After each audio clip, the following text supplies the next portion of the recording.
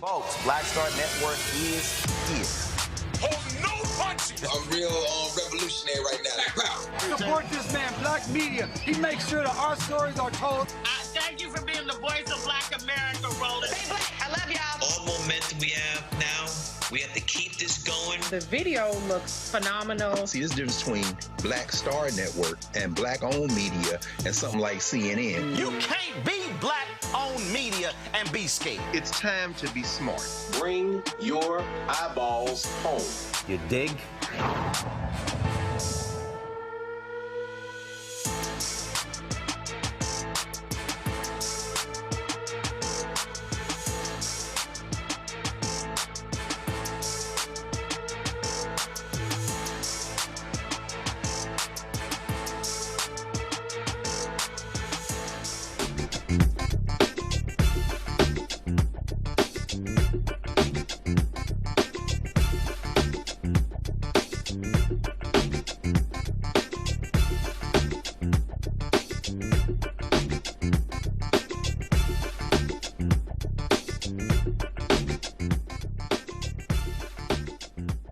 It's Tuesday, January 20th, 2026, coming up on Roland Martin Unfiltered, streaming live on the Black Star Network. MAGA folks love to say what Reverend Dr. Martin Luther King Jr. would have wanted today, but they never really listen to any of his speeches, especially when it comes to the issue of being woke. Journalist Michael Harriot of Contraband Camp will explain his latest article, What MLK Would Have Wanted. A former U.S. Democratic senator has re-entered the political arena, officially running for governor of Alabama. We'll talk to Doug Jones about his plans to beat Tommy Tuberville in deep red Alabama. A new report from the United Negro College Fund highlights leadership at historically black colleges and universities and emphasizes the importance of retaining presidents for their success and also for boards to get the hell out of the way. Tonight we'll break down what this means for student staff and the future of HBCUs by having Walter Kimbrough, of course, of the UNCF and a former president of a couple of HBCUs. Speaking of boards who are clueless, well, Morris Brown College announced today that a week after firing Dr. Kevin James, they are reinstating him as president. Yeah, I got a whole lot to say about that, and we'll also have a woman who actually called it and said, yeah, this was gonna happen. Hashtag we tried to tell you. And Donald Trump shows his racism again, going to the podium at the White House to trash Somali Americans. No shock. It's time to bring the funk on Roland Martin Unfiltered on the Black Star Network. Let's go. He's got whatever the miss, he's on it. Whatever it is, he's got the scoop, the fact, the find. And when it breaks, he's right on time and it's rolling. Best believe he's knowing. Putting it down from sports to news to politics. With entertainment just for kicks, he's rolling. It's on go, roll, y'all. It's Roland Martin, yeah. Rolling with Roland now. He's funky, he's fresh, he's real, the best, you know he's Roland Martin now.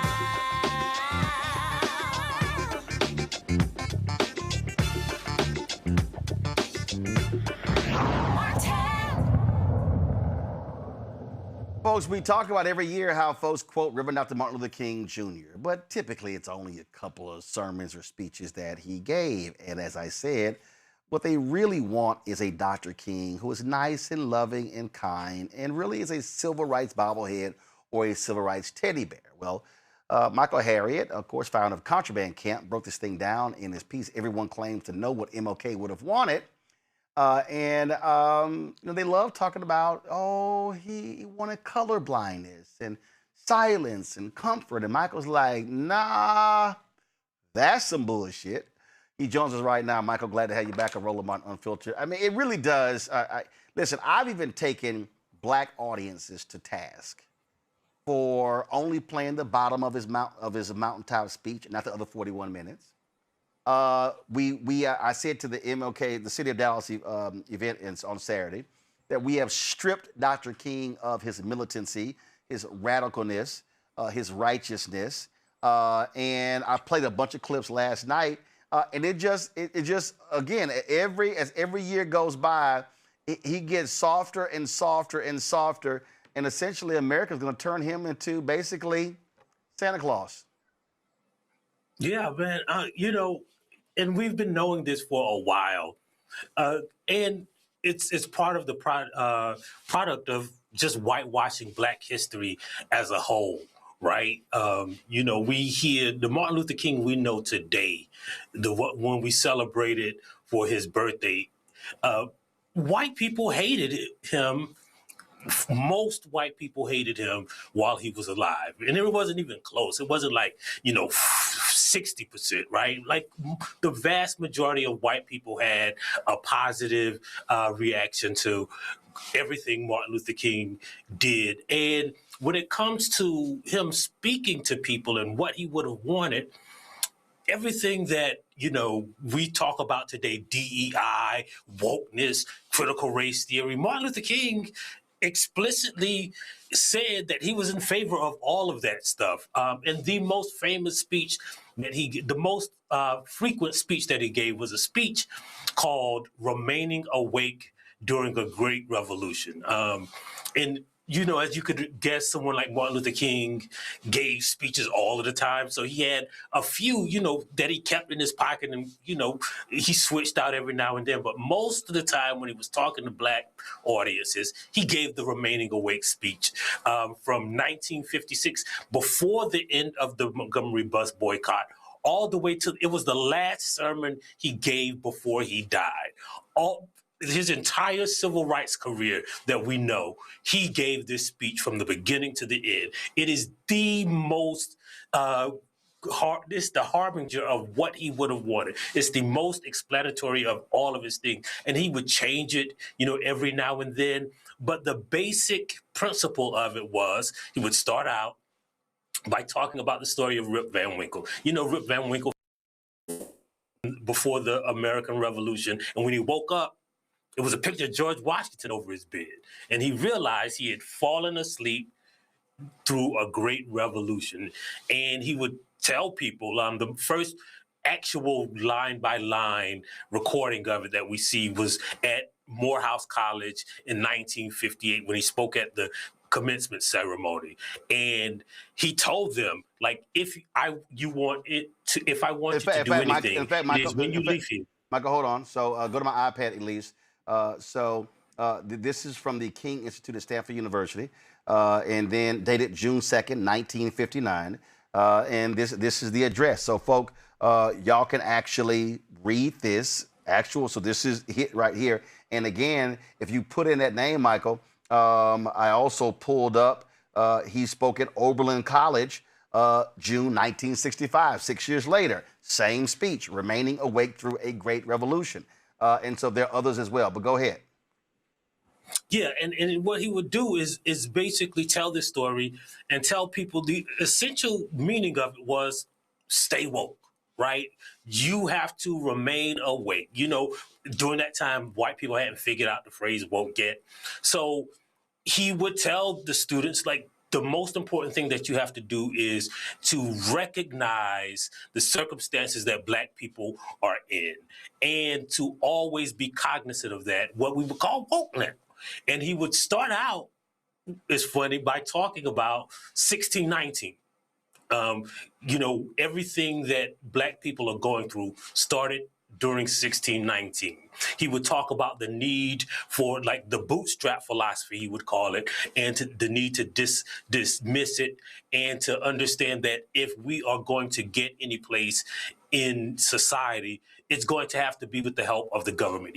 He later in his career, he began talking about reparations using this speech. So it is the thing that, like, the society as a whole dislikes now. But Martin Luther King was an advocate for all of that DEI, wokeness, critical race theory, 1619, like all of that stuff he was talking about 50 and 60 years ago. In fact, this is actually, one of the things that he said is, go to my iPad, he said, there are all too many people who, in some great period of social change, failed to achieve the new mental outlook that the new situation demands. This is the 1965 Oberlin College speech. He says, there's nothing more tragic than to sleep through a revolution. There can be no gainsaying of the fact that a great revolution is taking place in our world today. It is a social revolution sweeping away the old order of colonialism. In our own nation, it is sweeping away the old order of slavery and racial segregation. The wind of change is blowing, and we see in our day and our age a significant development. Victor Hugo said on one occasion that there is nothing more powerful in all the world than an idea whose time has come. In a real sense, the idea whose time has come today is the idea of freedom and human dignity. Wherever men are assembled today, the cry is always the same. We want to be free. And so we see in our own world a revolution of rising expectations. The great challenge facing every individual graduating today is to remain awake through this social revolution. And so to your point, he's walking through these things and he's challenging folks' conventional wisdom. But he's also saying to folks is, you might have your college degree, but your ass can't be complacent. Right. That's exactly what he was saying. There was this part in the speech where he says, like, your excellence is not going to be enough. You have to essentially that phrase we all know, work twice as hard to get half as far. And you have to know this, again, because you have to be awake. And what's interesting is that, like, he gave it in Indianapolis. And when he gave it in Indianapolis, before he arrived to give his speech, they stopped him at the airport and they asked him, who was responsible for most of this racial problems that America has? And he said, well, it's the executive department of the federal government. J. Edgar Hoover was so mad that he went through all of his DOJ lawyers' private papers and found the ones who had NAACP members and pressured them to drop their NAACP membership. One refused, Derek Bell, the guy, and so he quit. And that's the guy who created what we now know as critical race theory. So, like, all of this stuff that we're talking about today, they were talking about back then. And it's now that they've made King this cuddly, superhero / teddy bear, that they want to separate him and the man from the things that he believed and the things that he was fighting for. And that's why this is important. This is the piece right here from a local radio station. What's sad is, it is unbelievable this is the case. It says King's 1959 speech at the Fall Creek YMCA, this is in Indianapolis, was titled Remaining Awake Through Revolution. There are no known recordings of King's address, but local papers provided extensive coverage. Yep. And that's the address where, that sparked the whole thing with Derek Bell. And there are quotes from that. Like one, he said that segregation is just slavery in new clothes. And that was reported in the newspapers. And again, right, like, the idea that King was, we've heard before, like, I'm more Malcolm than Martin. And that's because those people who say that have accepted the whitewashed version of King as if he wasn't a revolutionary, right? They changed nonviolent resistance to just nonviolence and left out the resistance part and forget that this was one of the greatest revolutionaries in American history. Yeah, and that is what is so that is what is so frustrating. But the point that I keep making is that Black folks have got to stop doing that as well. We've got to stop minimizing. And listen, I have done MLK speeches all around this country for the last 2 decades. And Michael, it drives me crazy. It drives me crazy when I'm sitting there and it's a Black organization and it's a nearly all Black audience. And I'm like, here we go. All right, here we go. We're gonna play I Have a Dream. We're not gonna play the tough stuff. We're gonna play little boys and little girls, we're gonna play the part that's gonna make RG3 real comfortable. Then we're gonna sit here and we're gonna, then we're gonna sit here and we're gonna do the mountaintop. We might hear a drum major for justice. We might hear that. But basically, we could sit here and say, you're going to hear 4, max 5 different MLK speeches. That's it. You ain't gonna never hear somebody play, I'm Black, I'm proud, I'm beautiful. You ain't gonna never hear that one. You ain't gonna never hear, and you're not gonna hear him call out, like, for instance, when he went to Chicago in 1966, and this is in the book Fire on the Prairie, he said, if we could convince the Chicago Negro to stand with us, we could convince every Negro in America. He specifically called out the Negroes in Chicago who were more than willing to be on the plantation of Mayor Daley than stand up for Black people. And that includes that Reverend Jackson at that church in Chicago. And you got this little conservative Negro running around, Chio Jackson, Jabal, what the hell his name is, now trying to do a reinterpretation, saying King was under the influence of communists and he really wasn't a Christian. And now you got these dumbass Black folks now repeating this stuff, said, oh, he didn't believe in the Trinity, he didn't believe in Mary. And these people just stuck on stupid. But again, They want to not only reduce him to a cuddly teddy bear, they also want to redefine him. This is what Charlie Kirk was all about and Turning Point USA, because they do not want another generation of white folks to truly know what this man was about and who he was fighting. Right. Like, and the other thing is, right, like they have this whole idea of King that's based in like these politics of respectability, right? Like they forget, like when you were talking about King in Chicago, who was he living in? He went to the gangs in Chicago and had them meet with each other because he wasn't about respectability politics. But, you know, Shirley Eiffel said one thing, told a story one thing, and she says, well, what the marginalization, what this attack on King is about and this attack on civil rights is about is that they have always been jealous that our story is a story of nobility and revolutionary that they have never been able to attain, right? They have to bring down King because they have no equivalent person on their side who was that willing to fight for truth and justice for everybody. They don't have, there is not a white equivalent to Dr. King. And so to even make him realistic, they have to besmirch his name because they can't even raise up someone to his level. They'll never be able to do it. And so it's the idea that they want to have a story, and their story can never match our story.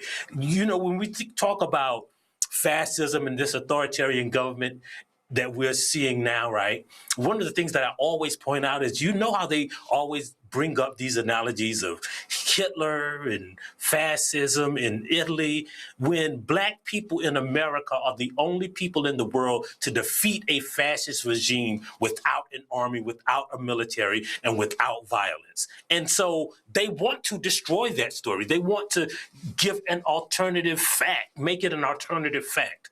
And this is the way that they do it, by whitewashing some of our stories and by demonizing some of our heroes. Well, absolutely. And I think what our responsibility, again, as African Americans, and I played Bomani Jones's commentary on this yesterday, this is where we must be controlling the narrative, controlling our own story. This is where this is one of the reasons why we don't take off on King Day, because we know damn well mainstream white media is not going to cover all the stuff that happens, and and so our whole deal is like, no, we're going to tell that story, and so this is a moment. Look, this idiot's going to be there for the next 3 years. We see what he stands for and he believes, and this is where you saw the reaction in Florida when black folks said, hey, we're going to start teaching our own. We got no choice. If we're sitting here and rightfully fighting the banning of books and the things along those lines, what we should be doing is saying, hey, we're going to encouraging folks to buy those books, expanding black reading clubs, saying to young folks and others that this is what we're doing. You know, I'm gonna go ahead and say this here. Black folks, every time I turn around, they have all these gift bags and all these events. Guess what? Start filling those gift bags with black books that also laying our history out. I would love to see one of these organizations say, hey, when you leave here, you're going to get a copy of MLK's book, Chaos or Community, or your book, Black AF, my book, White Fear, whatever, because this is what has to happen, because these folks, we know what their game plan is. They want to eradicate black people. They want to eradicate black history. They don't want to hear black authors. They don't want you reading Toni Morrison, Nikki Giovanni. They don't want you reading nobody. And that's their whole game plan. Right. And the other thing about it is they know that they can't, right? Like the reason we're sitting here talking is because they haven't been able to erase Martin Luther King's true legacy, right? Like all of the stuff that they're pushing about CRT and, fake history and, the National Museum of African American History and Culture is too radical. And people are still going to the NMA, to the Blacksonian. People are still, like, my book over the past year has been the most popular history book, not Black history book in America. They can't stop us. And this is the futile effort that they're putting forward to put forth their agenda, because they know it contradicts what we have made America. The thing that America is, the thing that they love about America is the stuff that we made it. It is an economic powerhouse because our labor made it an economic powerhouse. It is a bastion for truth and justice that they claim, even though they've never afforded it to us, because of what we made it. Like, the reason they get to call it a democracy is because of the stuff that Black people did. And now that they get to bask in all of that glory and be the envy of the world, they want to destroy the legacy and make it look as if they did it. They're returning to colonialism, trying to take countries and invade other sovereign nations and depose presidents, because this is what they do. And the only thing that has ever stopped them is us. And that's what they're trying to erase, that story. Well, and that point there, to close it out, what also drives them crazy is that that movement has been exported. That movement, I say all the time, during the Arab Spring, when you saw dudes in Egypt and other countries literally having "I am a man" signs, which of course popularized from Memphis, the sanitation workers. Andrew Young always says, when I talk to him, he said, Dr. King is not dead. He physically is not here. He said, but every single day, somewhere in the world, he said, somebody is talking about him, talking about his message or playing his speeches. And he said, that's what we have to remember. And so, again, this is where we have to call upon our people to elevate, because, again, I keep saying, I don't want to see another Black person go, all I know is the little bits from two different speeches. No, we got to go much deeper and broader when it comes to what he had to say. And so, folk, go to my iPad at least. So y'all check out, y'all. I got it. Guys, this is it right here. I know what I'm doing. Go to it, please. Thank you. This is Contraband Camp. Okay, contrabandcamp.com. This is the article. You see it right here, Remaining Awake Through a Great Revolution. Check out this piece by Michael Harriot. You will see it right here on the website. Article is going to come up. And so definitely check it out, folks. Again, and support Contraband Camp because real work is being done, and that's absolutely necessary.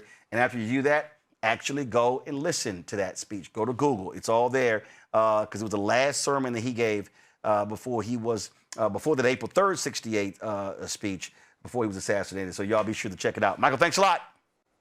Thank you for having me. All right. I'm bringing my panel right now. Dr. Mustafa Santiago Ali, former senior advisor for environmental justice at the EPA out of D.C. Dr. Melva Wallace, president, CEO, Houston-Tillotson University out of Austin. Joe Richardson, civil rights attorney out of L.A. Mustafa, I'm going to start with you. This is the thing that I'm telling you. It just absolutely, it really does drive me crazy. I've done way too many MLK Black History Month events, and I will tell that audience, can y'all please stop playing just the same two portions of the same damn speech? Well, that's the part that's palatable, right? That's the part that most folks feel comfortable in, inviting into their space. When you start to talk about somebody who is radical or revolutionary or someone who embraced reparations, for some folks that becomes an uncomfortable conversation. And we have to learn to continue to grow and expand and understand that there was so much more to Dr. King. Economic justice is an issue that I worked on for years. Economic justice is civil rights. Dr. King, of course, in the latter part of his career, people began to focus. His message was in that space as well. What I loved about Dr. King is that he made sure that we understand that love is important, but love is not soft, that justice is not passive, and that democracy only survives if we practice it every day and if we do it together. Part of Dr. King's strength was that he loved Black people. He wanted to make sure that Black people were in a better space, but he also understood that there were other individuals who were also being impacted, and he didn't exclude them. But at the same time, he made sure he kept his focus on our community, who would continue to carry the burdens in this country for hundreds of years. So we have to make sure that we are sharing the real narrative, especially in a time when there's so misinformation and disinformation that continues, as Michael said, to water down or to whitewash our history. We've got to make sure that we're telling the correct story, the full story, and the story that helps us to continue to grow. Let's go to my iPad. Melville, this is the thing here. So the King Institute at Stanford University, they put out 7 volumes called the King Papers. It's called the Papers of Martin Luther King Jr. The goal is to do 14 volumes. And so if you go to their site, so far they have 7. Matter of fact, I was just sitting here texting Claiborne Carson, who leads it, saying, hey, when do we get the next one? And so this provides the level of depth that we need to understand that this man goes far beyond just a couple of words. There's another book called King. We dropped the interview. Folks should go to our YouTube channel. It's called King of the North. And it talked about the role that he played about what's happening in the North as well, also the West. So King wasn't defined just to the South. Yeah, and so the challenge is believing that, that's anything. We have to begin to understand that people are more than what we see the media tell us that they are, right? And so whose fault is it that we don't know more about this great man? It's our fault. It's our community's fault. We have to do a better job, especially, educators and people that do that. If we reduce a legacy to 2 speeches, then that's our fault. As a people, that's our fault. So we have to do a better job of communicating in learning how to learn who people are.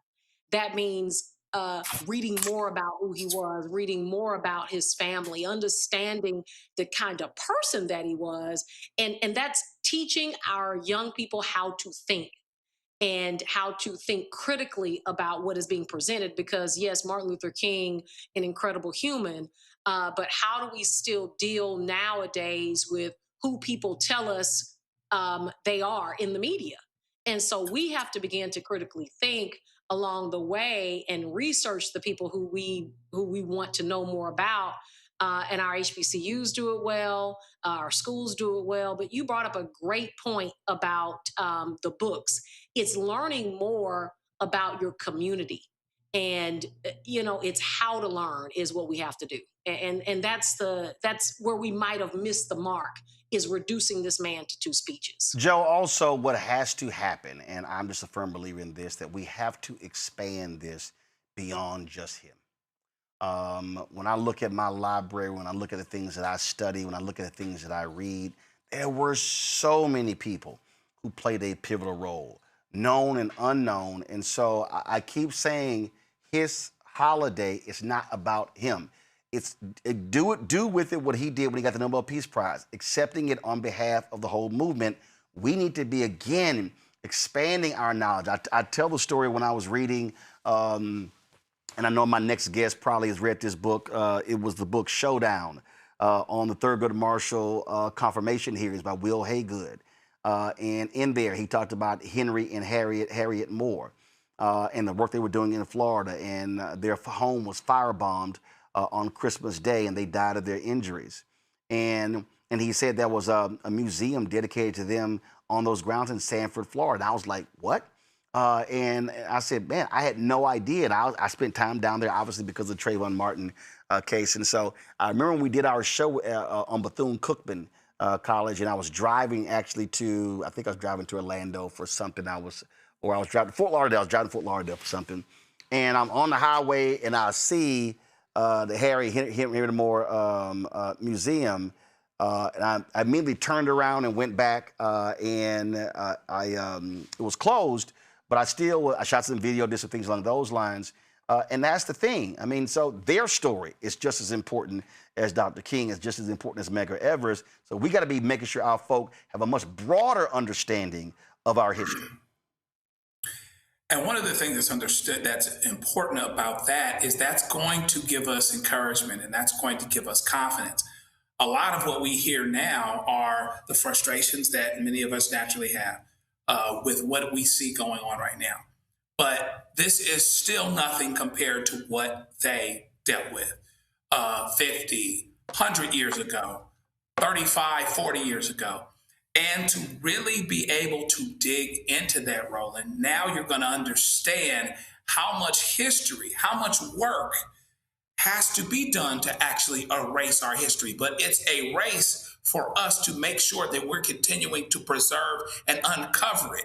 So not only for those that we know, the Ida B. Wells Barnett and the Sojourner Truth and the Harriet Tubman, but and the Thurgood Marshalls, but the other lawyers that were part of the movement, the other people that worked in the labor movement, the other folks that integrated lunch counters, etc. Because what happens is we can be encouraged and we can be uplifted by the fact that there were so many of them. And that's why it had as much success as it did. The civil rights movement was incredibly disciplined. Martin always talked about how he took things from the gentleman that he took a lot of things from was connected to Gandhi, at least in terms of studying and those types of things.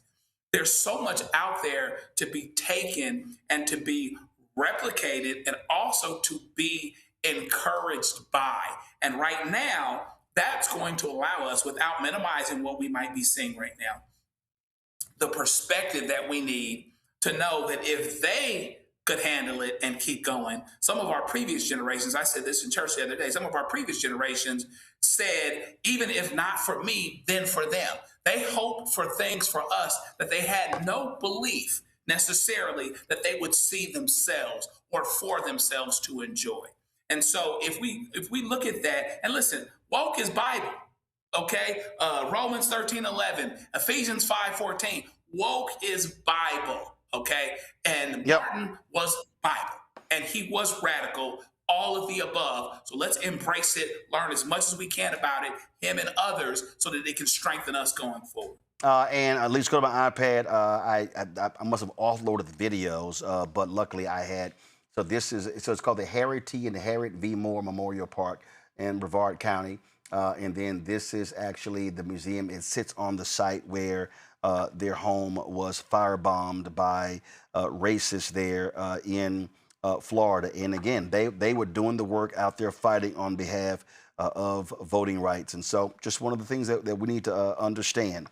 Our history is there. All right, folks, check out that article by Michael Harriot in Contraband Camp. All right, let's talk to my next guest.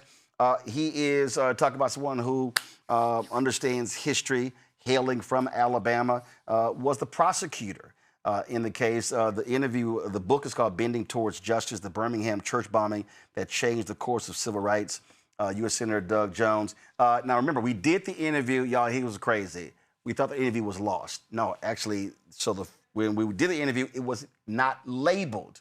So when I was looking for the Richard Smallwood interview, Richard Smallwood, of course, who passed away, I actually found the Doug Jones interview first, and then I found the Richard Smallwood interview right after that. And so this week, we're going to be running the interview I did with Doug Jones in our first studio about that particular book. It's a conversation y'all don't want to miss. But he joins us right now, not to talk about his book, but to talk about running for governor of Alabama. He announced that he is running. You have Senator Tommy Tuberville. I have no problem saying it. It's truly one of the dumbest people I've ever seen in my life in the United States Senate. He's running for governor, an absolute embarrassment. And so pull it up. These are the four folks who are also running. Doug Jones, Will Boyd, Jamel Brown, and Chad Martin, those who have announced. Doug, the thing here, here's what I find to be very interesting. Tommy Tuberville, people are like, oh, hey, he's pretty much guaranteed to win. And I get he was a coach at Auburn, but for the life of me, I'm like, surely Alabama, you cannot put that man in the governor's mansion. And when I say somebody ain't talking about, I've just never seen somebody who says the stuff that he says, and you just go, I know there has to be something in that head. Roland, look, first of all, my friend, it's good to see you. Thanks for having me on again. It's been a while. I really appreciate it. And, look, I think Alabama today is a lot different Alabama than it was a few years ago when he got elected in a Trump election year, in which he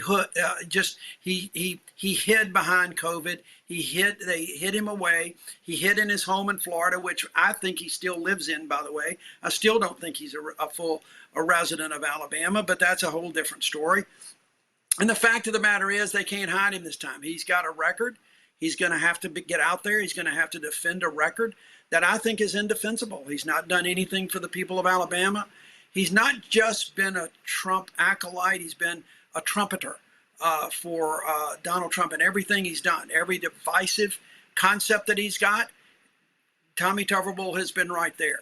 So we are going to use this election and talk to people and listen to people and understand that folks in Alabama are hurting, just like everywhere else in the country, and they need their health care, they need their education, they need to have good jobs and good paying jobs. And that's what we're going to be talking about. We're not going to be talking about how to divide people the way that Tommy Tuberville does. We're going to talk about bringing people together the way you and I have talked before, the way I think I've conducted myself in the Senate and since I've left the Senate. There, I mean, perfect example. This guy was going on and on and on about how people have stolen and these folk who are getting welfare, all that sort of stuff. And I'm like, do you understand the amount of federal benefits, especially with health care, that come to Alabama? I mean, he was sitting here thought he was trashing undocumented workers. He was trashing folks in Alabama. Yeah, absolutely correct. We're one of the poorest states in the country. We have a lot of people on Medicaid. We have a lot of people on SNAP, and they're hardworking people. It's not just folks that don't have jobs and not looking for jobs. There are so many people on Medicaid right now that have jobs. They just can't afford to do anything else, and we've got a real restrictive Medicaid, and they're losing what health care that they have. The people that can afford it are about to lose a lot more. Folks on SNAP were really hurting. You know, he attacked folks on SNAP, and we've got one of the highest we've got one of the highest populations of active duty military that are also on SNAP. And he was attacking those folks as well. He does talking points, Roland. He doesn't do his homework. He doesn't know the facts. He sure as hell doesn't know history. And he just does the talking points that he sees coming out of the White House, and they don't always apply here in Alabama. And we're going to make sure folks know that and understand who he is now, because I don't think they fully understood or appreciated it in 2020 when he got elected to the U.S. Senate. Y'all have faced each other. I keep this here on my iPad, and this is, and y'all, this. I don't need everybody to understand. This actually happened. This was October 2020. I need y'all to understand. This is literally Tommy Tuberville, who currently is a United States Senator from Alabama, talking about voting rights from the place that is the cradle of civil rights. When we talk about voting rights in America for black folks, we're talking Selma, we're talking Montgomery, we're talking Birmingham, we're talking Mobile. We're talking about Alabama. And this is Tommy Tuberville, y'all. This was from almost 6 years ago. Listen. The thing about the Voting Rights Act is it's, there's a lot of different things you can look at it as. Who's it going to help? What direction do we need to go with it? I think it's important that with everything we do, we keep secure. We keep an eye on it. It's run by our government, and it's run to the point that it's got structure to it. It's like education. I mean, it's got to have structure. Now, for some reason, we look at things to change, to think we're going to make it better, but we'd better do a lot of work on it before we make that change. The thing about the Voting Rights Act is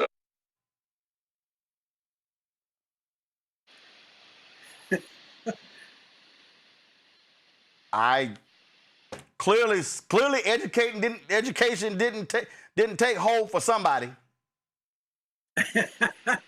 Clearly, if there is one person in the entire Congress that does not need to abolish the Department of Education, it is Senator Tuberville. And that's right. I've still got that on my phone as well, Roland. It's stunning.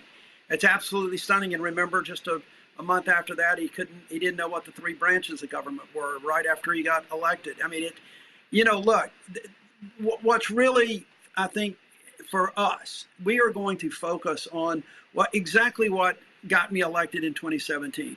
And that's a focus on kitchen table issues. People's health care is still a big deal in Alabama with all of the people that are uninsured and underinsured. Education is still a point. And we've got to work on our workforce development. I know the governor and others currently are trying to do some things with workforce development, but we got to do more. Alabama's workforce, we have the lowest participation rate in our workforce as any state in the country, save Mississippi and West Virginia. When you get more people in the workforce, you bring up the economy. And those rural areas that need that economy, we got to get those folks working. We got to get rural hospitals back open. And those are the kind of things we're going to be talking about while he's running around trying to figure out what the Voting Rights Act is. Before I go to my panel for questions, this is just the most difficult thing. How do you get through to people who are hardcore Republicans, who vote R regardless, who love Donald Trump and will do whatever this man says? How do you convince them to stop voting against their interest? How? How do you get the Democrats in the state to really organize and mobilize and maximize black turnout, not just in the primary, but also in the general election? Because, this is like you have to damn near run, you or the other candidates running for the Democratic nomination for governor have to damn near run an almost perfect campaign to win, because that's how red and Republican and conservative Alabama is. Well, Roland, let's go through a couple of things for you. First of all, we're red by the numbers of winning and losing. I get that. But if you drill down on the numbers a little bit, there's a lot of folks that have voted Democrat in this state before, and they're going to vote that way again. We won in 2017. Nobody thought we could do it. We won. You've got numbers. I got more votes than any Democrat in history got in a losing campaign in 2020, and we're going to go back. We believe we can identify those folks, and we're going to be working at a precinct by precinct level to try to get those votes back out. Second thing we're going to be doing, we're going to be working with other candidates. In Alabama, Democrats have been so fractured over the years, especially in the last 20 or 30 years. They haven't run together. They haven't talked to each other. They've run separate campaigns. We got folks now who are energized and excited to build an entire ticket. So we're going to be doing that. We're going to be going after voters that are low propensity voters. We're going to be going after the voters that we believe persuadable, those hardcore Republican voters that look, it's their prerogative to vote hardcore Republican. I don't think there are as many as people think. And one of the problems that we've got, and we're going to try to address this as best we can, one of the problems is Alabama is one of only 5 states left that allow straight ticket voting. That means you check one box, you vote for everybody in that party. I don't like that system. I've never liked that system. We're going to start going after that system. It is a rigged system. That is exactly what this is. The folks in Montgomery, Alabama, the state capital, and all the big mules down there, they want to keep that system rigged so that they can control who the candidates are. To show you an example of that and how bad it is down here, special interest groups in Alabama over the last 6 months have started endorsing candidates. Now, you may not think that that's a problem, but the fact of the matter is we didn't even start qualifying candidates to run in each party until about 2 weeks ago. They've been endorsing candidates to try to intimidate people to control the candidates and therefore rig the election. So we're going to try to break the cycle of straight ticket voting. I think a bill's going to probably get introduced. It won't pass, but we're going to lay down a marker right now and educate people about that. Well, and the second thing, and the last thing we're going to do real quick, we are going to go into those areas. I am not going to be afraid to go in and talk to those folks in rural areas and the folks that have traditionally voted Republican. I think more people are conditioned to vote that way, that they're supposed to vote that way, And once they start seeing the choices that they've got this year, they're going to have second thoughts. Well, it's interesting you say this about straight ticket voting, because the Republicans in Texas got rid of straight ticket voting because they were so mad that Democrats were winning Harris County, Dallas County, Bexar County, Travis County, and they was like, no, we got to get rid of this. All right, questions from my panel. Joe, you first for Doug Jones. Senator Jones, it's an honor to be on with you. Thank you for helping us bend toward justice. You have absolutely done your part.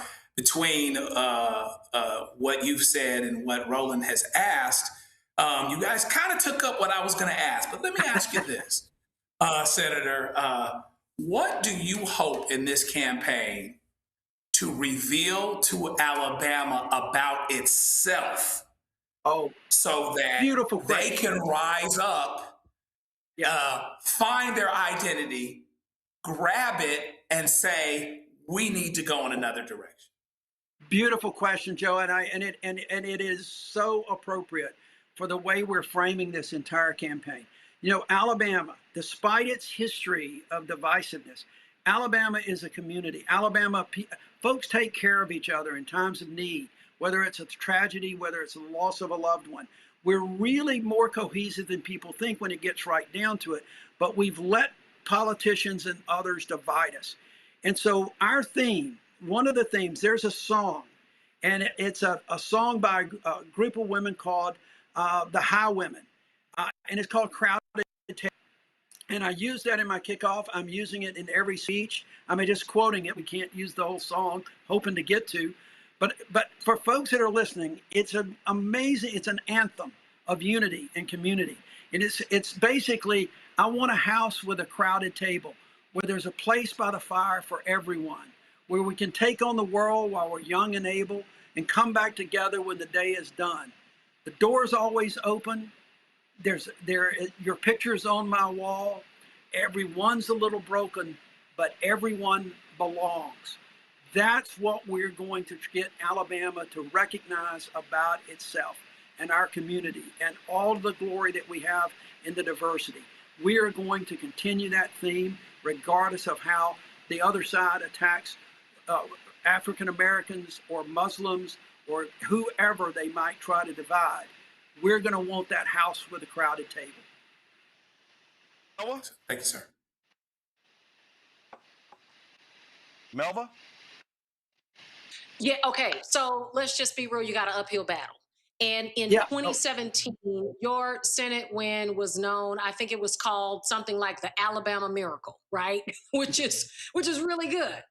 How and Black voters, particularly Black women, here we are again, Black women trying to save the world.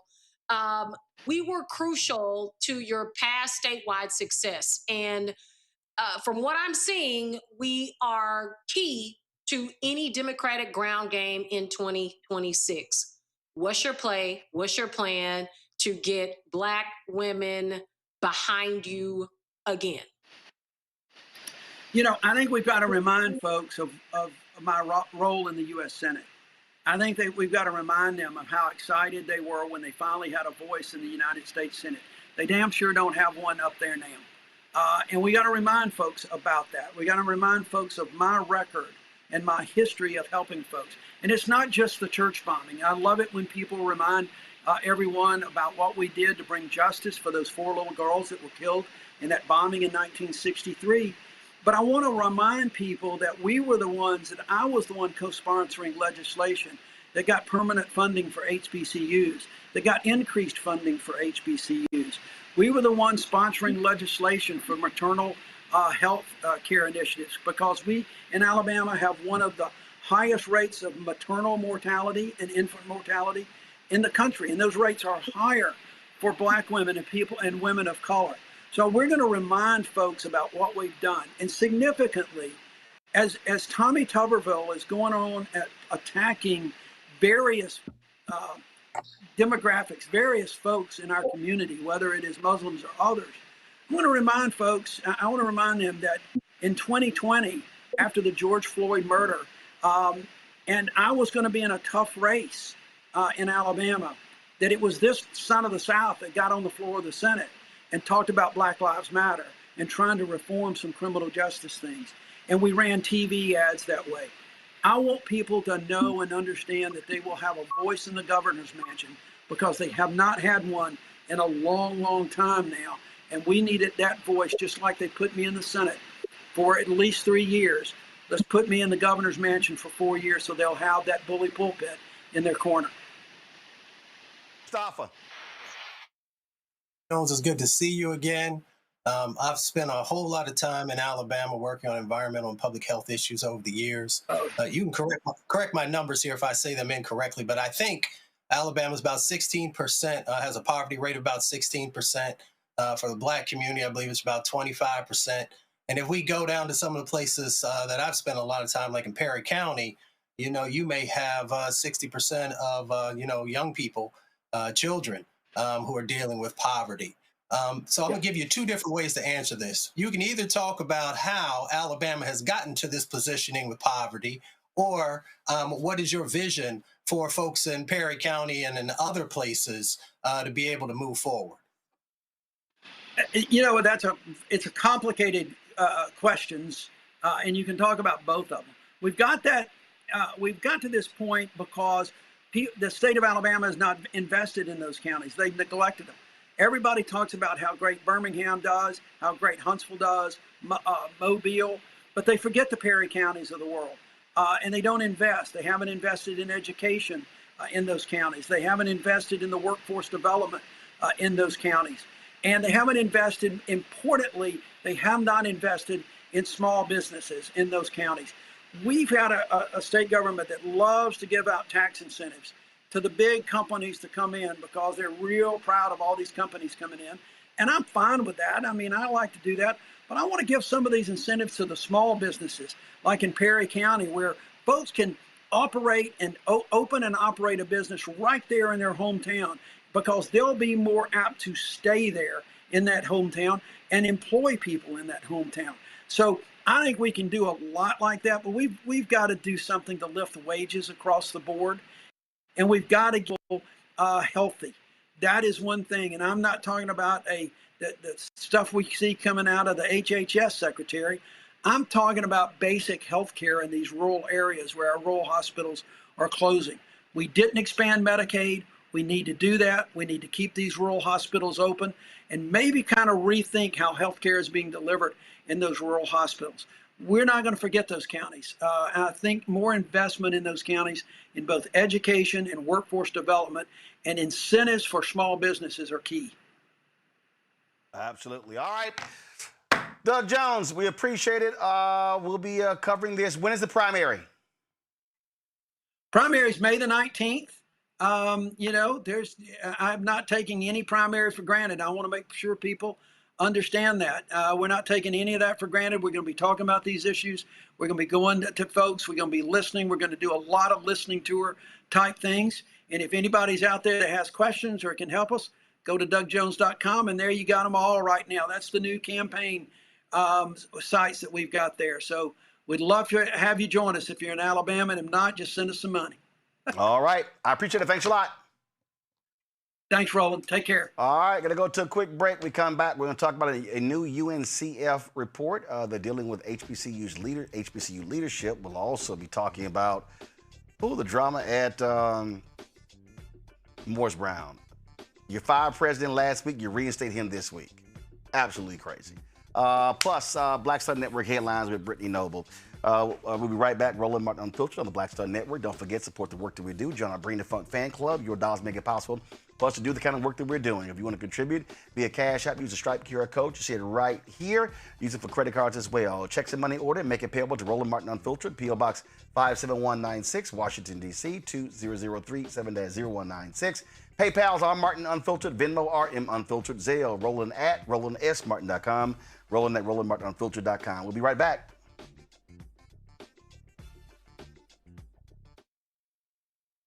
Next on the Black Table with me, Greg Carr. America is being reshaped in real time by a group of 6 people, unelected and without any checks and balances. By the end of the current Supreme Court session, education, the workplace, who gets to elect our leaders, and so much more could radically change. This week, we reconvene our legal roundtable and look at what the new America may look like and how we should respond. That's next on The Black Table, right here on the Black Star Network. Hatred on the streets, a horrific scene, a white nationalist rally that descended into deadly violence. White people are losing their damn minds. As an angry pro-Trump mob storms the U.S. Capitol, we're about to see the rise of what I call white minority resistance. We have seen white folks in this country who simply cannot tolerate black folks voting. I think what we're seeing is the inevitable result of violent denial. This is part of American history. Every time that people of color have made progress, whether real or symbolic, there has been what Carol Anderson at Emory University calls white rage as a backlash. This is the rise of the Proud Boys and the Boogaloo Boys. America, there's going to be more of this. Here's all the Proud Boys, guys. This country is getting increasingly racist in its behaviors and its attitudes because of the fear of white people. The fear that they're taking our jobs, they're taking our resources, they're taking our women. This is white fear.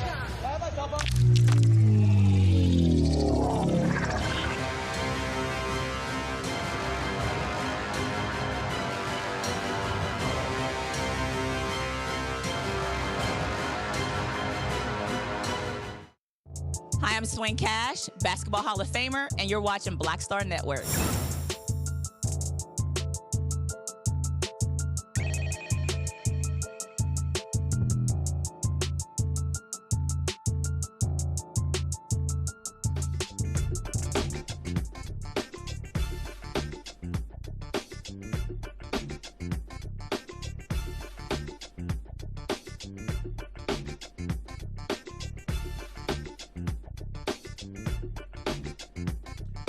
All right, folks, welcome back to Roland Martin Unfiltered.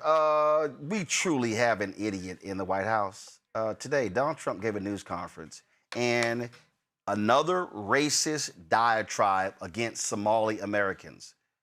Y'all, this is what's crazy. This is insane. This is insane. What this man had to say, and it goes to show you again how all he wants is. First of all, why am I hearing the clicking, y'all?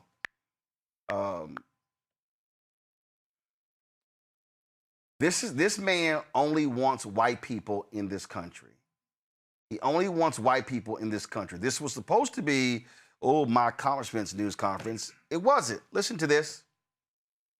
$1 billion at a minimum is missing in Minnesota, given to a large degree by Somalians. They've taken it. Somalians, can you imagine? And they don't do it. A lot of very low IQ people, they don't do it. Other people work it out, and they get them money, and they go out and buy Mercedes-Benzes, and they come from here, they have no money. They never had money. They never had a life. They never had a government. They never had a country, because there's basically no country. Somalia is not even a country. They don't have anything that resembles a country. And if it is a country, it's considered just about the worst in the world. They come here and they become rich and they don't have a job. I was told that Ilhan Omar is worth $30 million. She never had a job. She's a crooked congressman. So here is another one. And I have, oh, by the way, we just took out, these are all what ICE is doing. Absolute racist. That's who he is. There's no other way to explain this, Mustafa.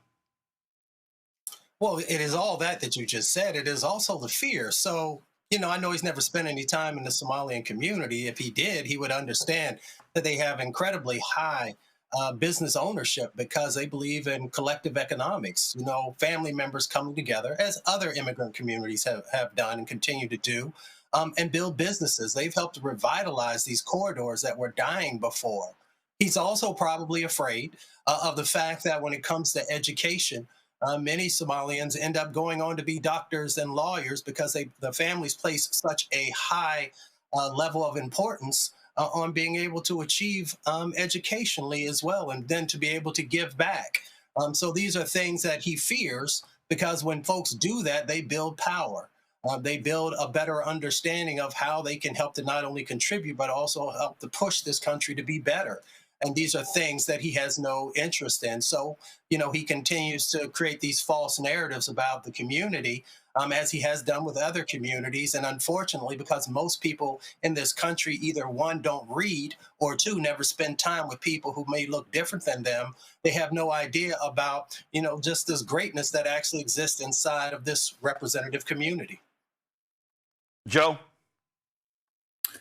Yeah, in an irony and consistent with what Mustafa is saying, you'll find that our Somalian brothers and sisters are some of the most disciplined folk out there. Frankly, I believe they're a little less likely to be undocumented, etc. They really have their stuff together. They go for it. They make the communities that they're part of better. They're law-abiding. They do it right. And so just because they've got the wrong shade, I guess, Donald Trump is not too crazy about them. But that being said, I believe they set a wonderful example of an immigrant community that is about their community, becomes part of their community. Maybe we need to go no further than the fact that the Somalian brothers and sisters are doing it pretty good in a very cold climate up there in Minnesota, because a whole lot of us wouldn't be trying to roll up there, even though my wife's from Minnesota. But they do a wonderful thing. They do wonderful work, and they're wonderful people. I think that the more that we understand that what is behind what Donald Trump is trying to do is fear, being outnumbered, 2043, as we've talked about a million times, the fact that statistically speaking, white folks are dying out, and therefore it will be just like it is already in most parts of the world, where we are majority minority in the rest of the world.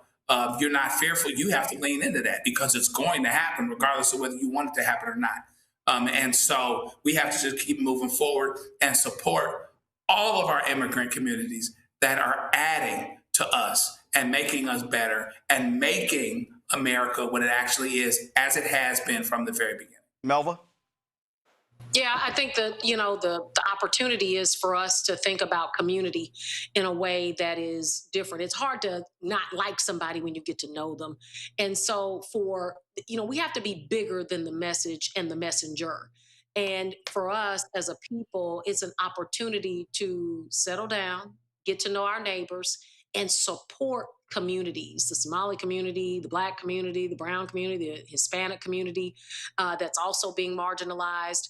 I think Black people were probably the only race that didn't really ask to be here in a sense. We were brought here, but others that really want to be in this America and to support this America, it's important that we embrace everybody.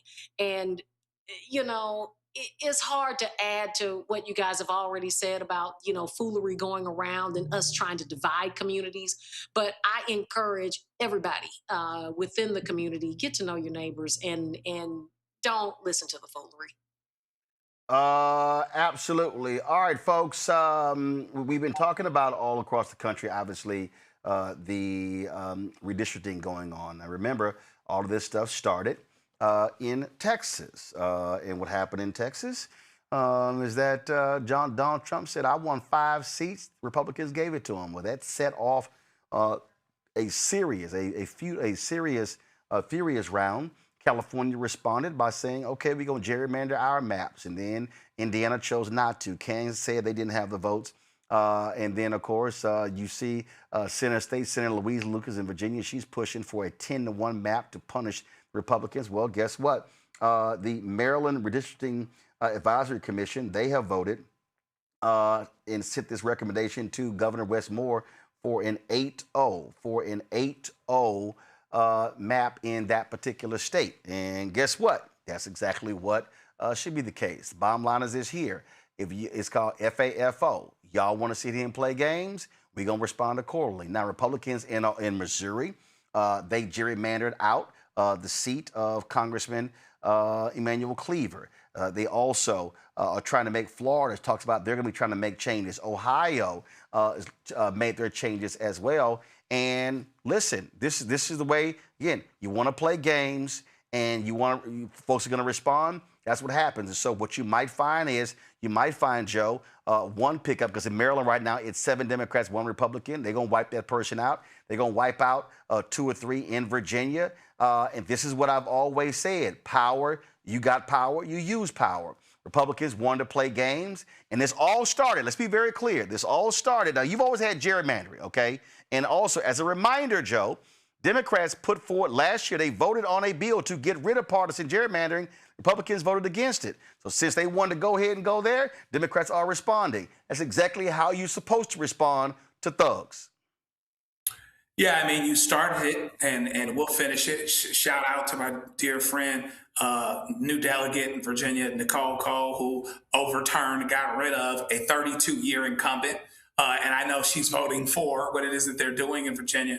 And so, yeah, they messed around and found out. And, you know, by the way, BTWIJS, even what Donald Trump was contemplating doing in turning around 5 seats in Texas would have totally assumed that they were popular enough for those 5 seats to actually be turned. We don't even know that those 5 seats will be turned. And we don't know, and we're pretty certain that he's not a popular president enough to undo the trend that every president has faced, and that is in a midterm election, after they've been elected, often they lose seats in Congress. There was nothing going on to indicate he's not super popular or any of those things. He's super divisive, actually. He is, anybody know what happened with the stock market today? If you want to buy low, you can do it. Okay, so there's a lot of things that are going on that don't even speak to the popularity that he would need to actually pull this off. And so they did mess around and find out. And so kudos to everybody that's pushing and doing the things that they need to do so that maybe we can get a 20-vote majority this time and really start to rein in this president. This is what you have to do. And whether, you know, you do it the easy way or do it the hard way, we can do it the hard way. And I would also briefly add that the comparison between partisan gerrymandering for Democrats and partisan gerrymandering for Republicans is no comparison. That's why the Democrats were willing to get rid of partisan gerrymandering. That alone lets you know that there's no comparison. So you want to FAFO? Here we is. Bottom line here, Melva, should there be partisan gerrymandering? No. But guess what? What you don't do is you don't tie your hand behind your back and put on a straitjacket and duct tape. Republicans have made it clear what it is that they are going to do when it comes to seizing power, and you must respond accordingly. Oh, you on mute? There we go. Okay, now we got you. Here we go. Okay, I want to take 2 steps back. I think what's important is for people, I'm not sure, I think the message is being missed from people who are not paying attention to this and who are thinking, oh, something's going on and they're missing the whole thing. Let's just give a 101 on this. Redistricting shapes which communities are heard, which ones are ignored, and how resources are allocated. Now, this is, I mean, it's imperative that we're paying attention to this because this determines schools, infrastructure, healthcare, workforce opportunities, all of the above. And it's not about just lines on a map. It's about representation, opportunity, trust in democracy. All of these things are important. So we have to go back to the basics because you have to realize a lot of people getting their news from the social media, from the Instagram, from the Snapchat, and the TikToks. And it's not there. And I think people are ignoring this a little bit when we should be leaning in because the people who are closest to the impact should be really closest to the process. So I'm just encouraging people to start paying attention because, you know, yes, nationally, but this is also happening within your local communities, and which is important. So we need to be paying attention to this all over. Yeah.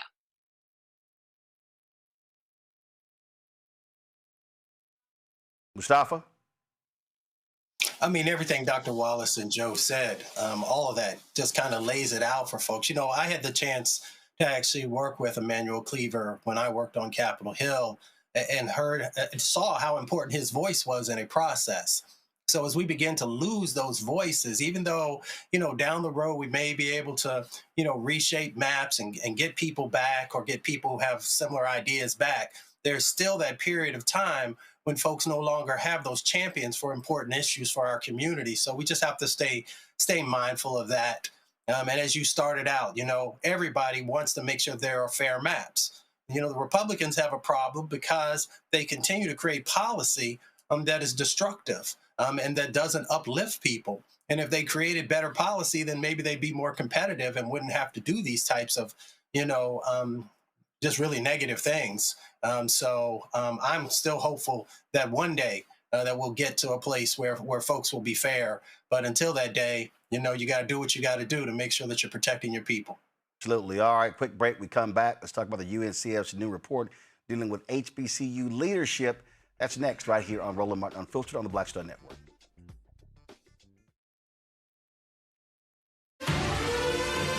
Violent white supremacy is, quote, the most persistent and lethal threat in the homeland. The greatest terrorist threat to the homeland is the homegrown violence stream, including hate crime committed on behalf of some kind of white supremacist ideology. They are coming after everything in Black America. MAGA and Donald Trump are specifically targeting Black America. They are going after the money.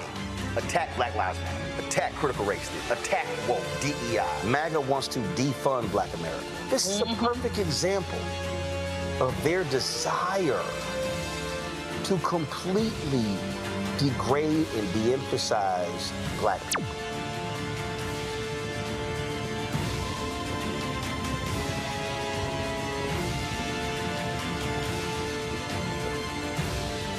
On a next, A Balanced Life with me, Dr. Jackie, a relationship that we have to have. We're often afraid of it and don't like to talk about it. That's right, we're talking about our relationship with money.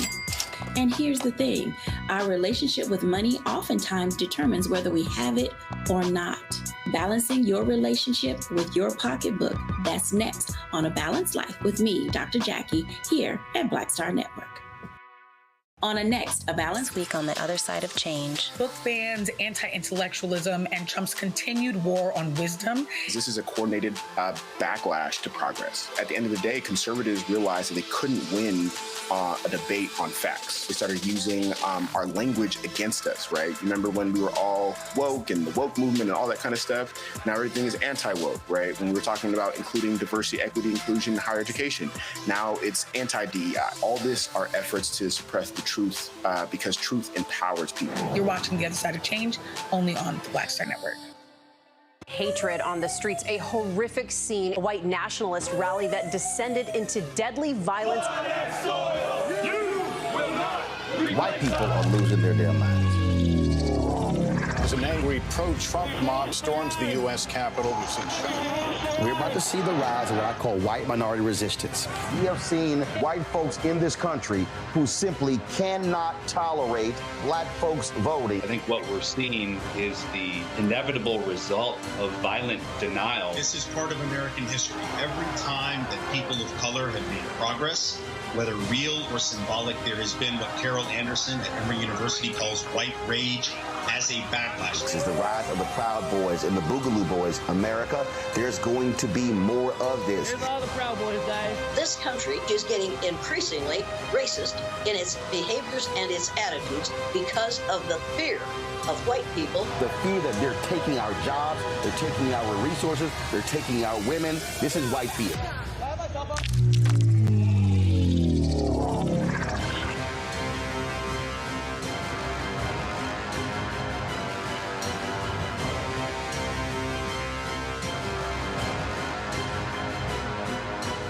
How you doing? I'm Mark Curry, and you're watching the Black Star Network. That's why I got these glasses on, because that black star is bright.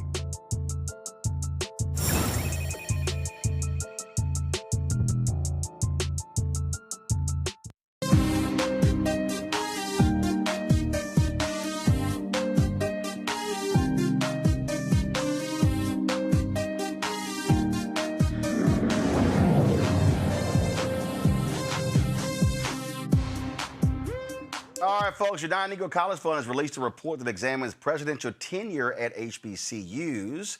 titled Stable Leadership, the Foundation of HBCU Success.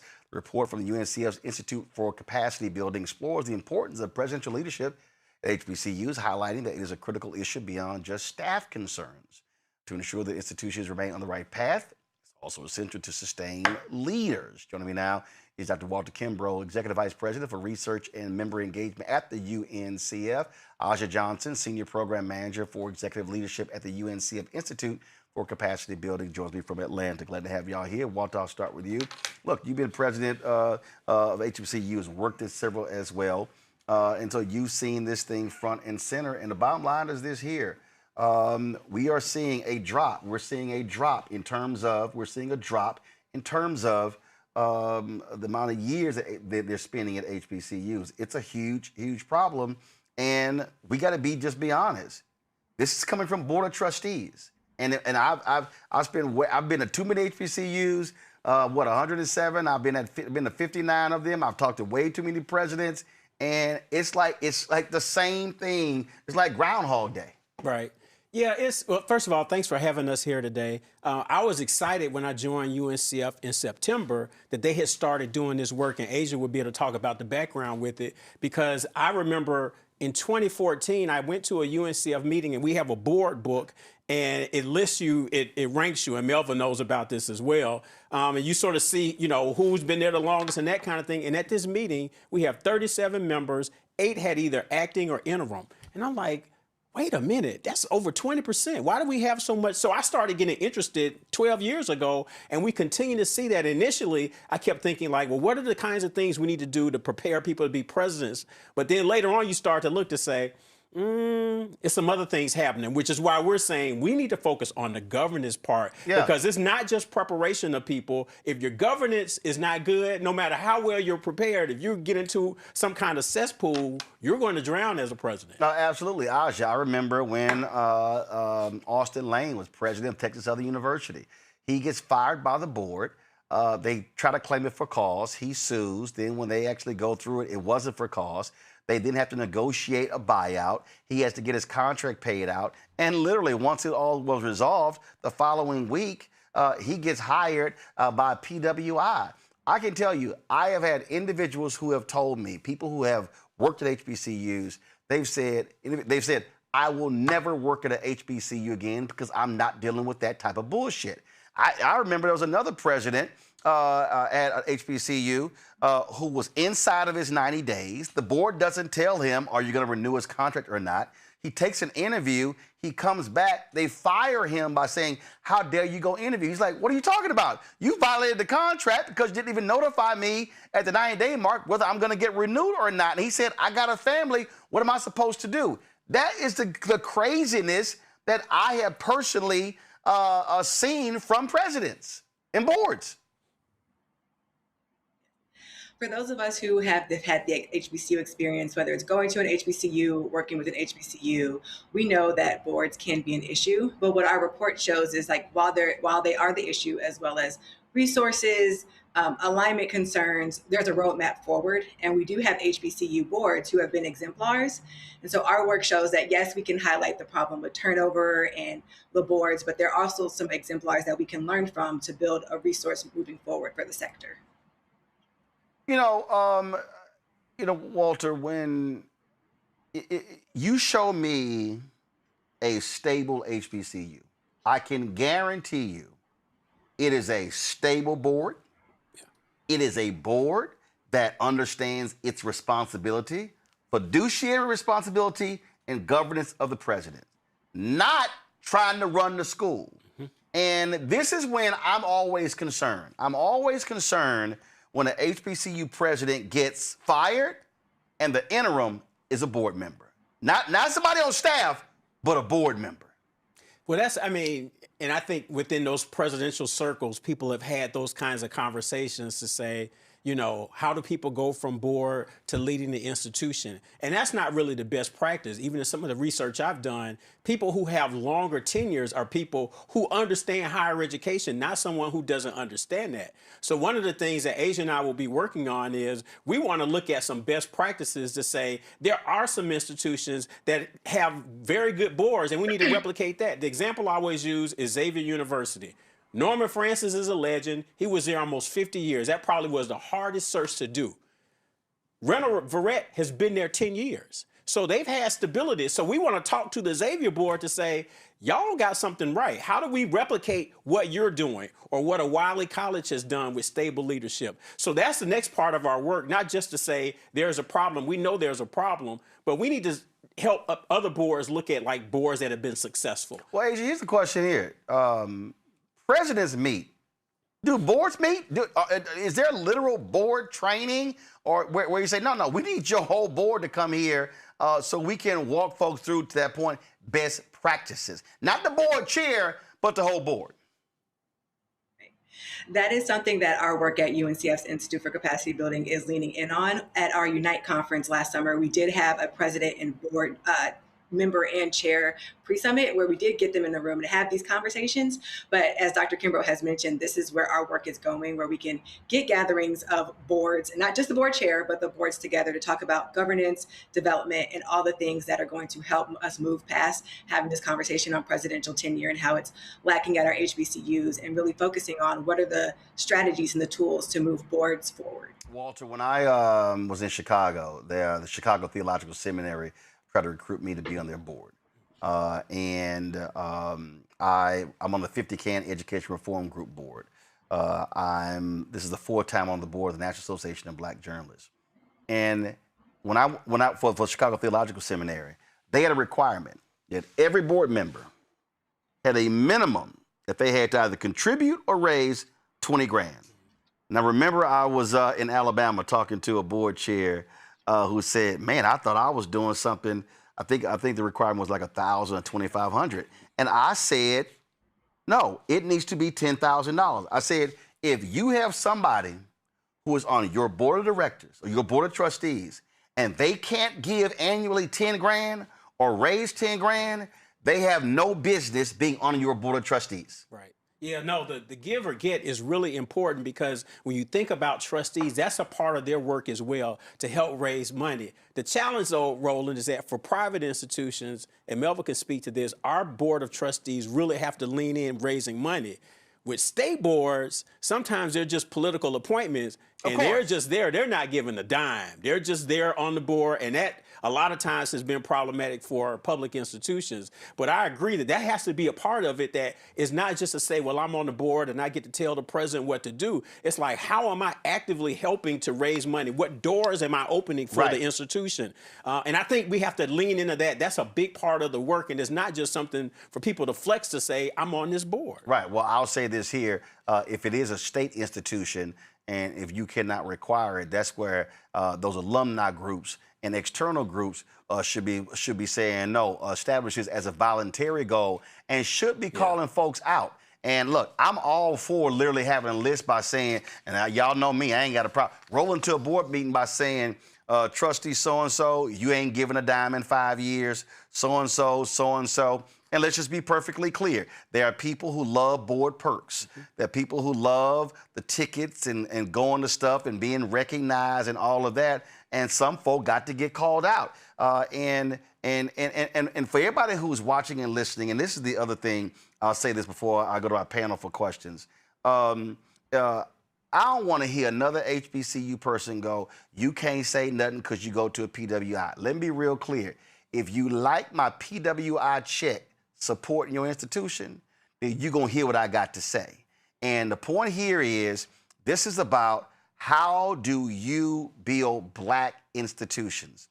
And the way I look at this, Melva, I'm always talking about black institutions. I look at black churches, black media, black colleges, black-owned businesses, and it's all about how do you have proper growth, how do you build capacity, and then when it's time for you to retire, how do you now transition to proper leadership? Of course, Ruth, why is it escaping me right now? Ruth Simmons. One of the things that she did, she came to a UNCF conference. It was in Atlanta. She said, I want to teach these HBCUs how to have proper presidential transition so you don't have this topsy-turvy change when one person leaves and one person comes in. Your thoughts on this report and how much is needed?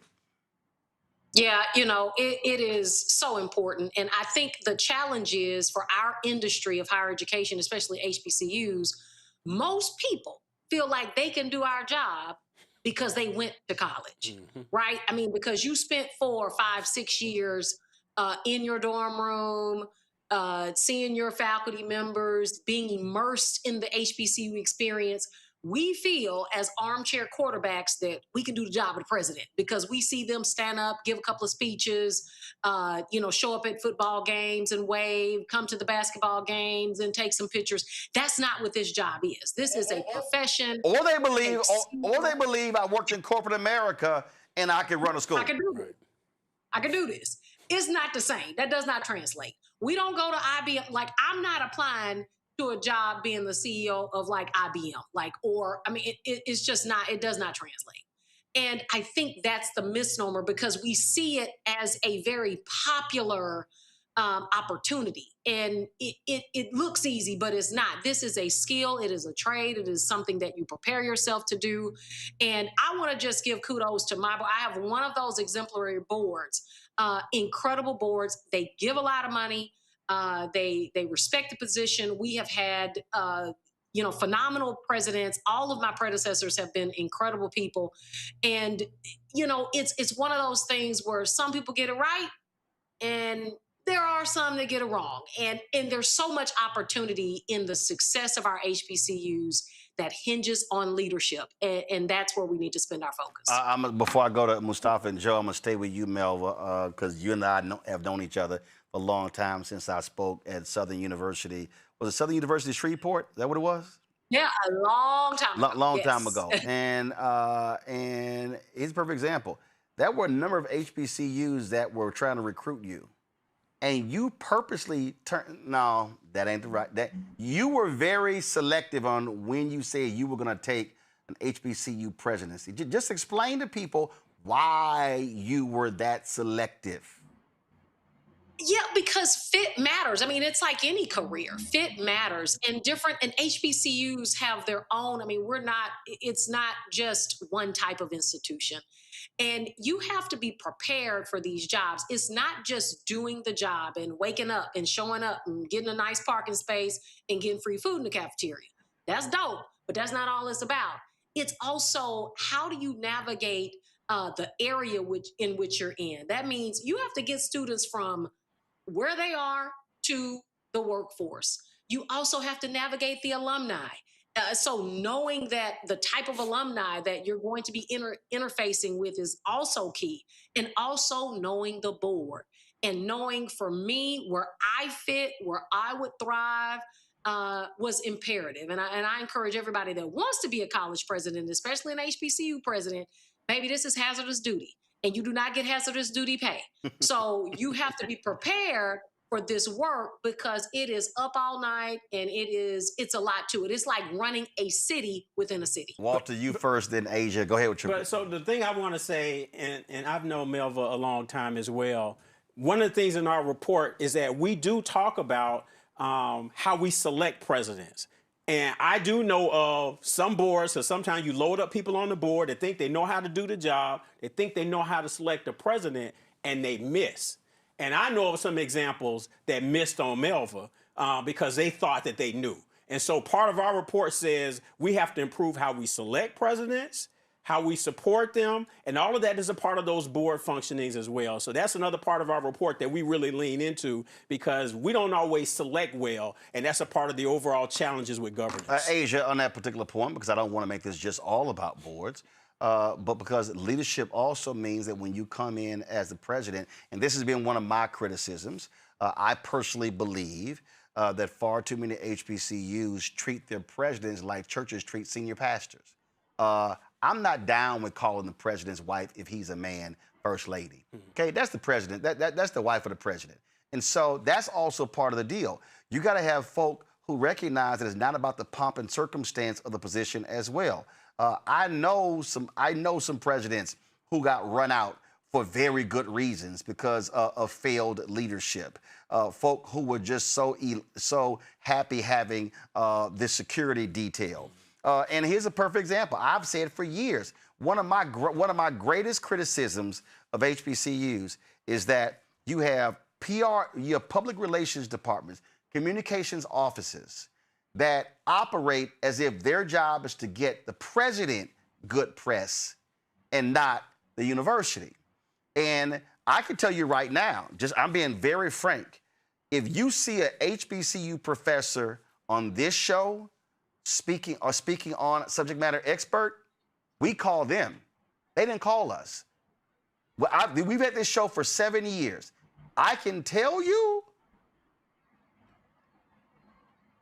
2, and one of them when you were at Dillard. Robert Collins, that's right. Where we got called pitching us. And it's the craziest thing to me when that happens. That's also part of this leadership deal. You know, listen, when you saw it, I'm going to go ahead and say this here. I ain't got a problem saying it. I'm going to take the Celebration Bowl. All right, here's a perfect example. The national championship game was last night. When they presented the national championship trophy, it was presented to the coach at Indiana. Did you see the Indiana University president on the field? He might have been down there, but you ain't see him. You didn't see him on stage. But one of the things that often happen at HBCUs, the president up front, on stage, it reminds me of Suge Knight at the Hip Hop Awards saying, you know, you want your producer all up in the video dancing. And that's one of those things that we have to be honest about, that is a part of the culture that's also problematic for leadership.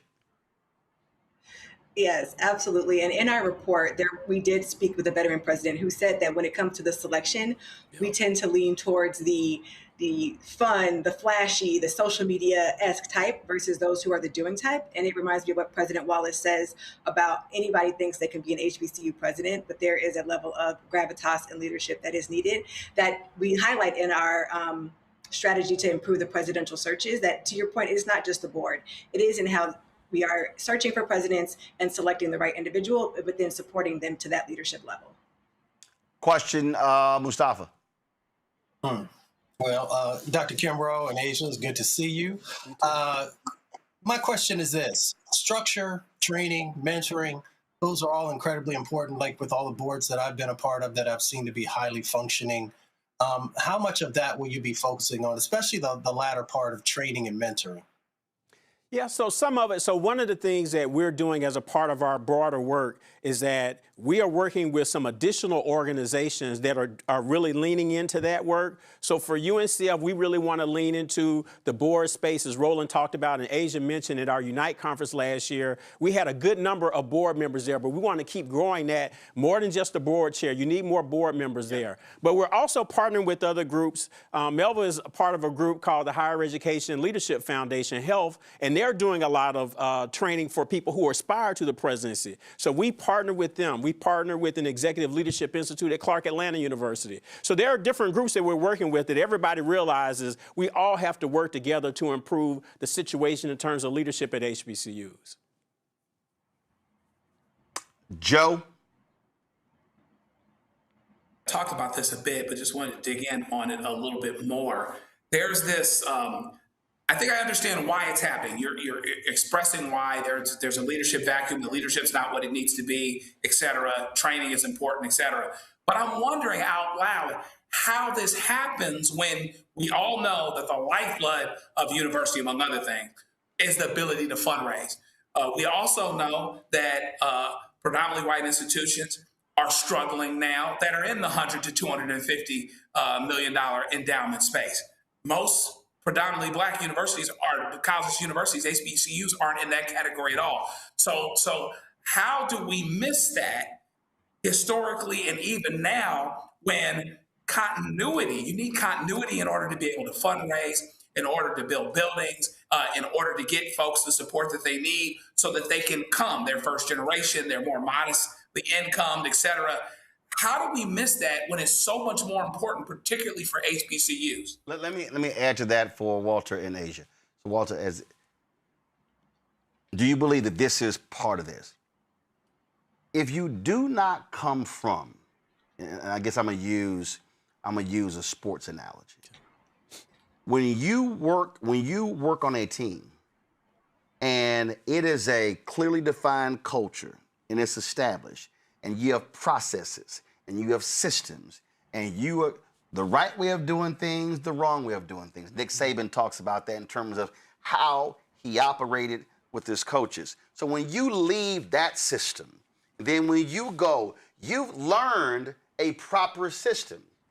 Unfortunately, there are people who may be very well becoming a president who worked in systems that were not fully functioning.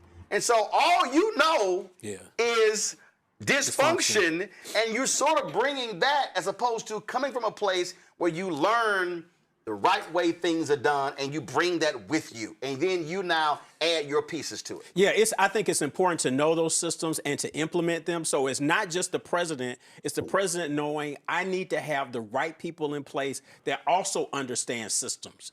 When I got to Dillard, you know, most of that fundraising was post-Katrina fundraising, but we stopped doing some of our basic things, annual campaign, major gifts. So I hired a chief advancement officer who now is a senior vice president for UNCF to help us reestablish the systems. That was important. And so it goes to your point too, Joe, is that you have to have the stability. One of the things that I think people should have learned the first time Mackenzie Scott gave money, there was a study done. If you had an interim president or a lot of turnover, you didn't get any money.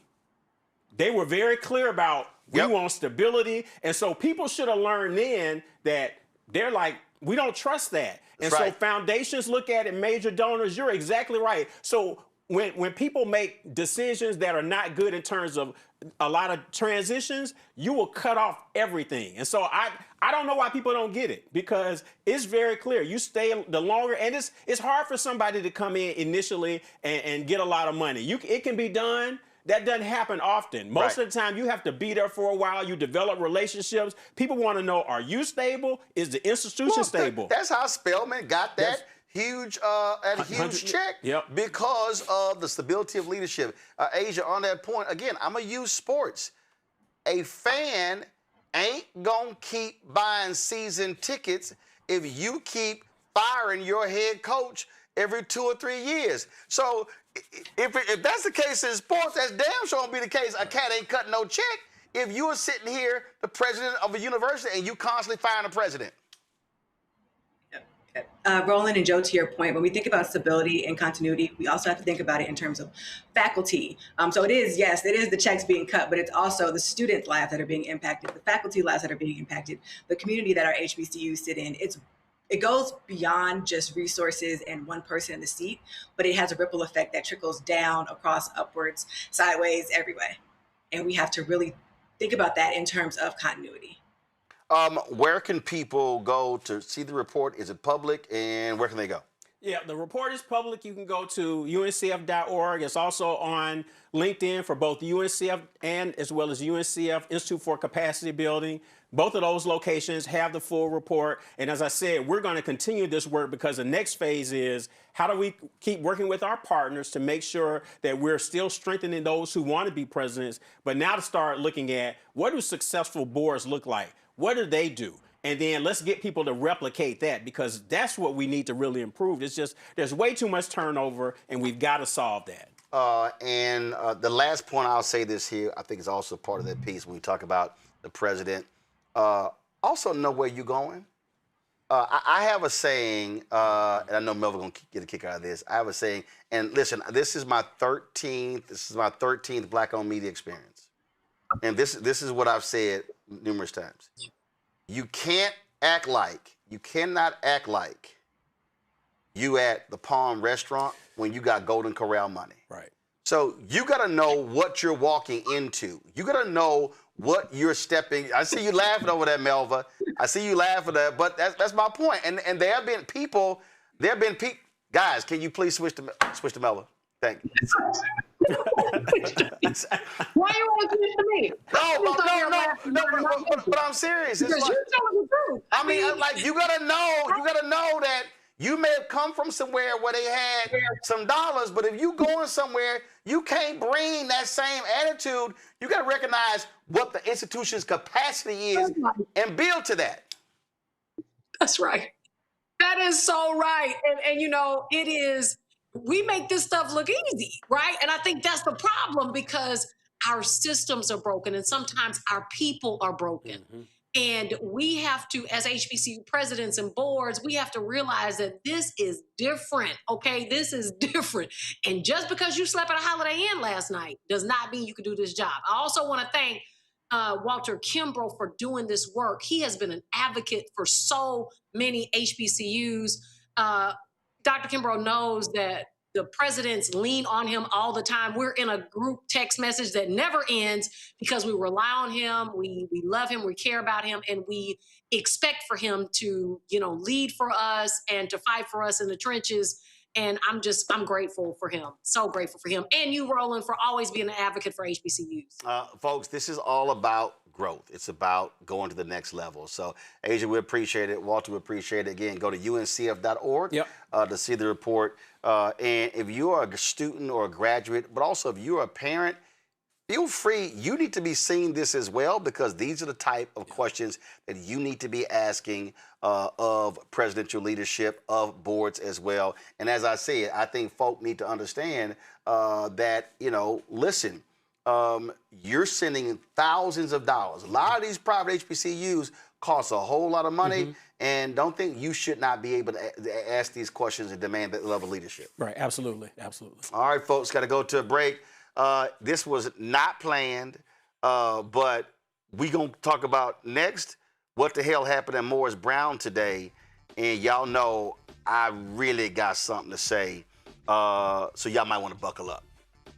We'll be right back. Roland Martin Unfiltered on the Black Star Network. Support the work that we do. Join our Bring the Funk fan club. You want to contribute via Cash App, use a Stripe QR code. You see it, a QR code right here. That's for credit cards as well. Checks and money order, make it payable to Roland Martin Unfiltered, P.O. Box 57196, Washington, D.C. 20037-0196. PayPal is R Martin Unfiltered, Venmo RM Unfiltered, Zelle, Roland at RolandSMartin.com, Roland at RolandMartinUnfiltered.com. We'll be right back. This week on the other side of change. Book bans, anti-intellectualism, and Trump's continued war on wisdom. This is a coordinated backlash to progress. At the end of the day, conservatives realized that they couldn't win a debate on facts. They started using our language against us, right? Remember when we were all woke and the woke movement and all that kind of stuff? Now everything is anti-woke, right? When we were talking about including diversity, equity, inclusion in higher education, now it's anti-DEI. All this are efforts to suppress the truth because truth empowers people. You're watching The Other Side of Change, only on the Black Star Network. I'm Mark Morial, President and CEO of the National Urban League, and I'm watching the Black Star Network.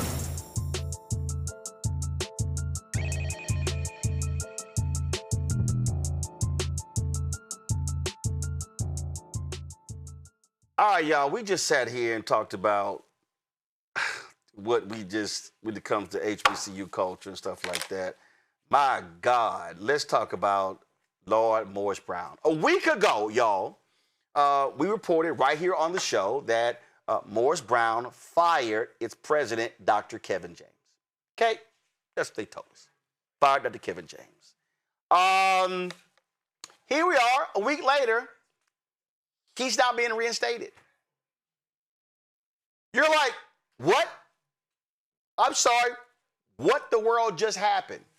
Yeah, they sent out a statement to everyone stating that he was being reinstated. Now, keep in mind, they fired him, did not say why he was being fired. They did not share with anybody the reasons, anything along those lines. They announced that an interim president, a board member, was going to be coming in. And this is what dropped today. The Board of Trustees of Morris Brown College issues the following statement regarding Dr. Kevin James as 19th president. The board today announces its decision to rescind the termination of Dr. Kevin James. As part of a mutually agreed upon resolution on January 16, 2026, he accepted the invitation to return as the president of Morris Brown College. Dr. James has served Morris Brown College with distinction for 7 years, leading the institution through a period of significant progress, restoration, and renewed national visibility. His leadership, vision, and steadfast commitment have been instrumental to the college's advancement and stability.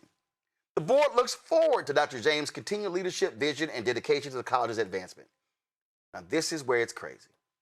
After careful review, The board determined that Dr. James' separation from the college did not fully comply with the procedural and contractual requirements outlined in its employment agreement. As fiduciaries of this institution, the board recognizes its responsibility to adhere to established governance standards and to correct actions that fall short of those obligations. The board acknowledges that this period has been disruptive and painful for members of the Morris Brown community. The board deeply regrets the harm this has caused our institution, students, families, donors, supporters, and Dr. James. While correcting a governance and process failure is necessary, the board recognizes that this action alone does not resolve broader concerns that have been raised regarding workplace culture, trust, and the experience of employees. The board takes seriously the concerns voiced by members of our community and affirms that retaliation against individuals who raise concerns in good faith is not acceptable. Now, the board is committed to ensuring that appropriate processes exist for concerns to be raised safely, reviewed fairly, and addressed responsibly. To that end, the board will take additional steps to review governance practices and institutional processes with the goal of restoring and strengthening trust, transparency, and accountability across the Morris Brown community. Morris Brown College remains steadfastly focused on its mission, its students, and its future. Morris Brown Board of Trustees.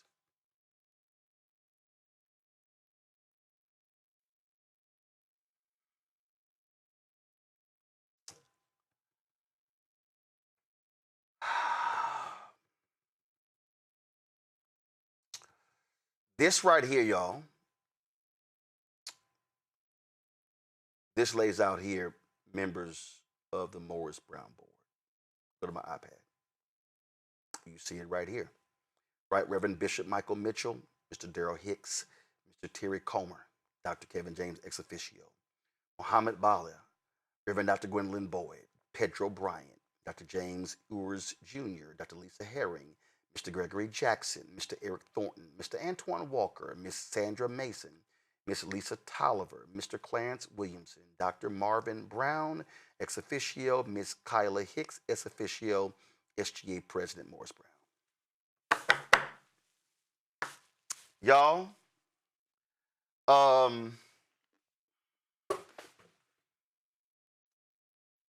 the statement that Morris Brown College released today is 100%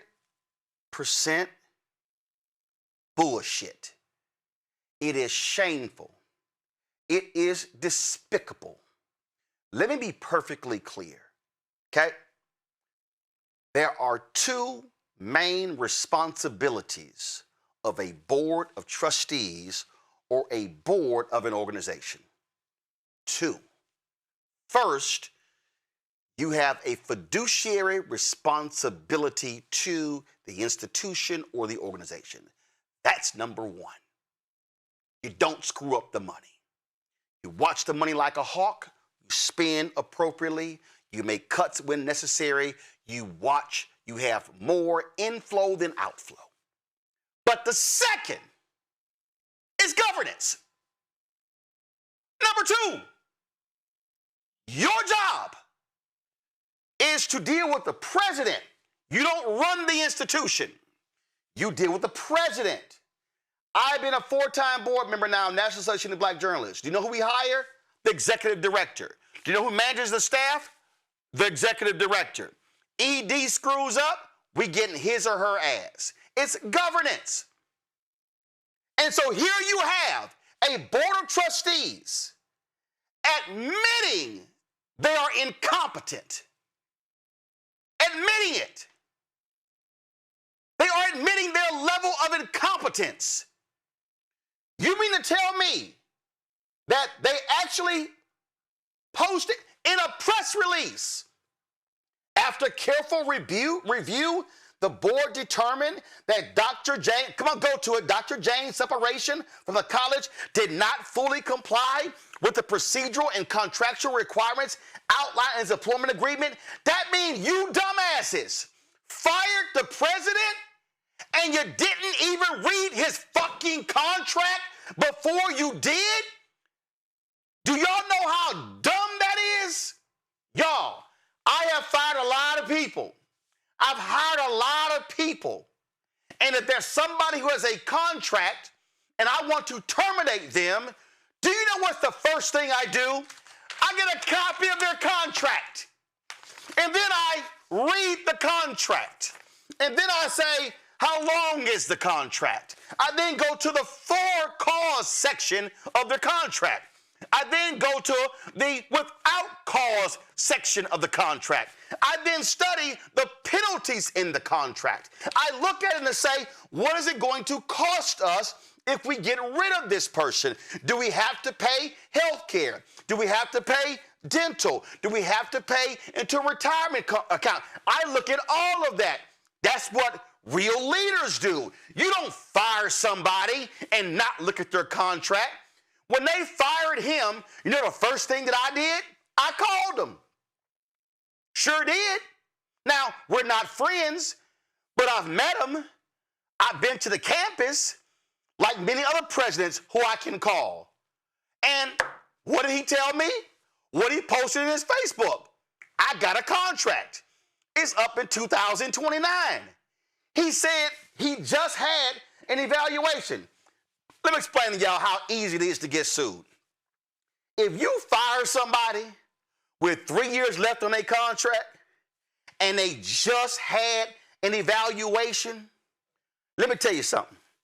That means that when you get sued, you then have to explain in depositions and to the court what transpired between their review and your decision to fire them, and was it for cause? And so if it wasn't for cause, then you're going to have to negotiate a settlement. So let it be as clear as I possibly can. Do you know what needs to happen? And all this little, the members, we know it's been tough or whatever. I'm very clear. That also, by the way, I wouldn't be shocked by this. I know the press release said the Board of Trustees. I would not be shocked that there's no record of the entire board voting on this. I will put money that this was not a unanimous decision to fire James. I bet you the whole board wasn't on the call. I would love to know what the actual vote was to fire him, and then what the vote was to reinstate him. So let me say this here.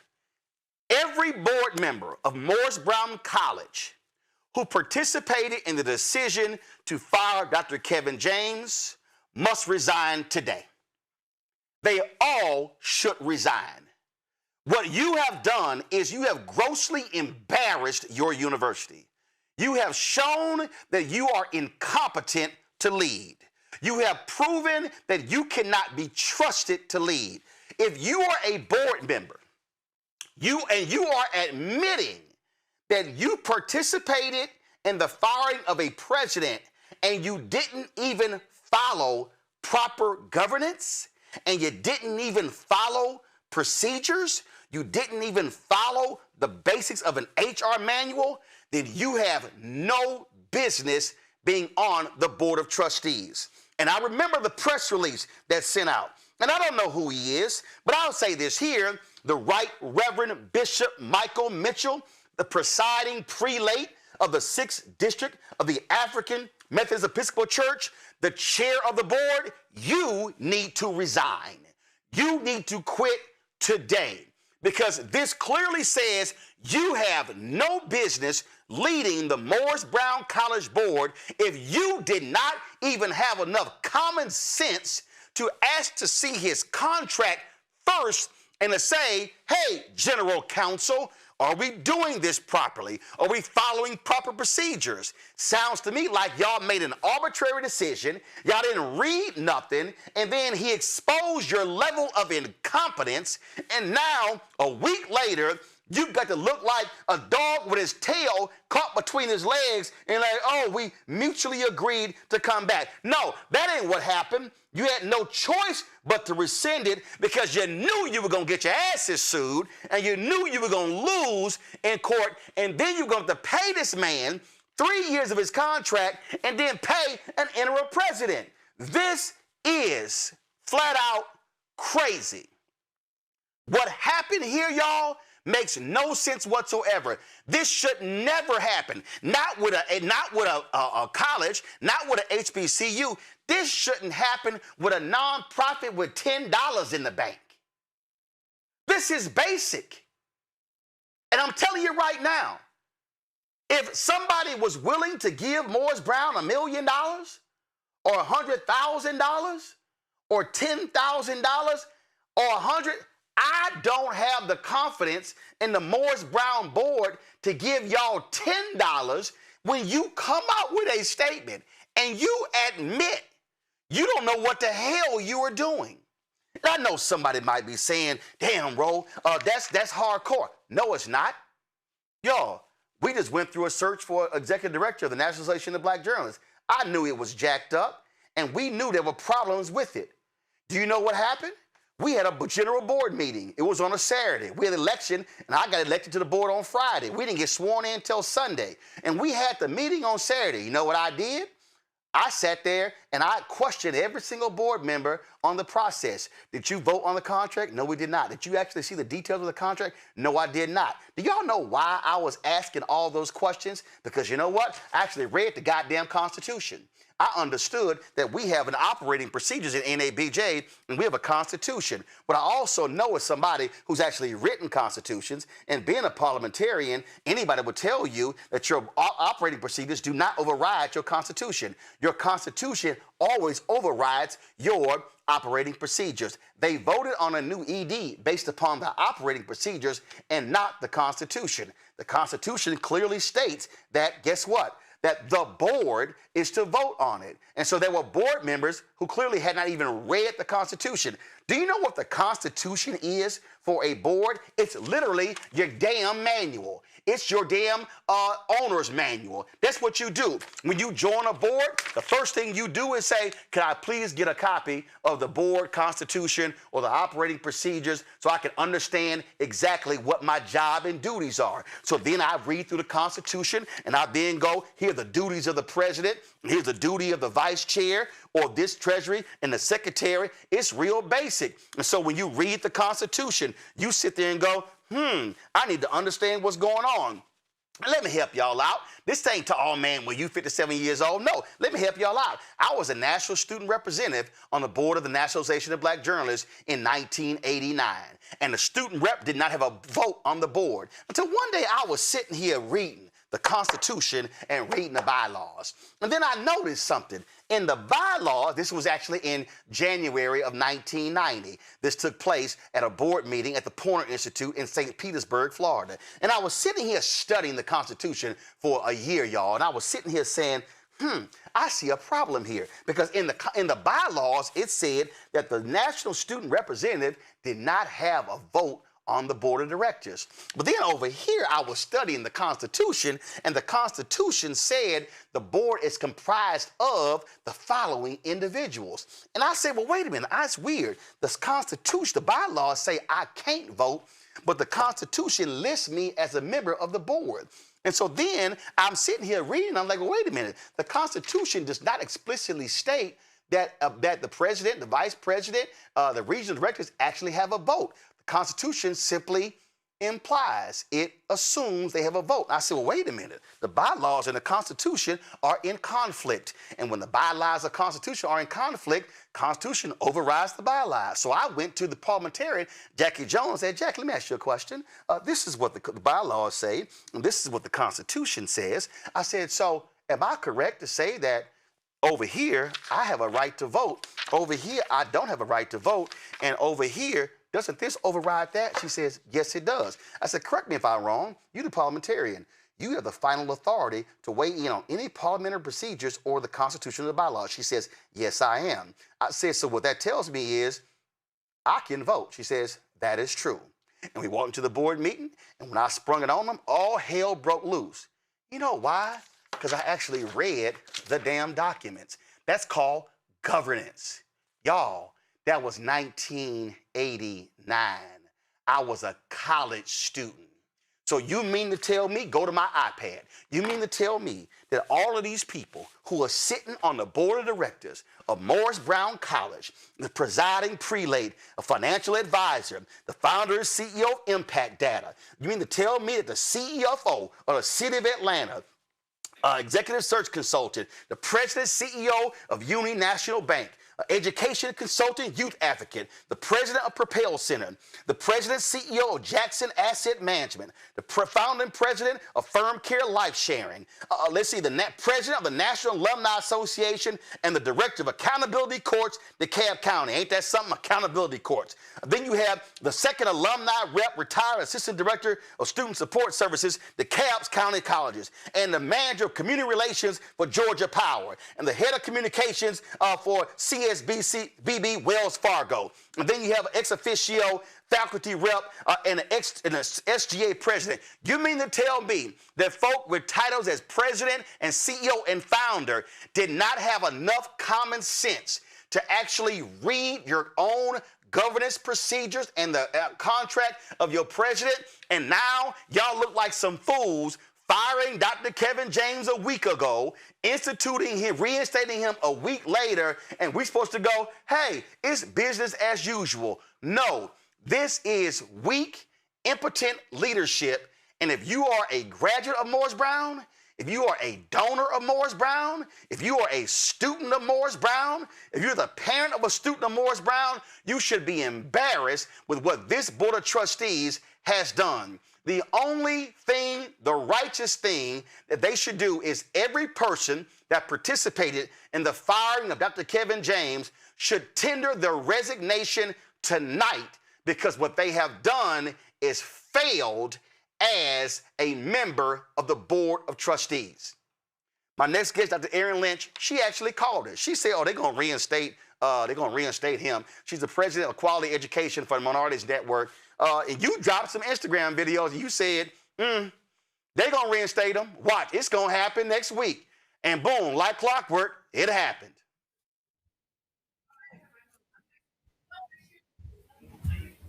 Yeah, absolutely. I mean, it's for every reason that you called, right? The data just didn't make sense as to why they got rid of him. This was clearly an emotional decision, and it was not evidence-based. So, yeah.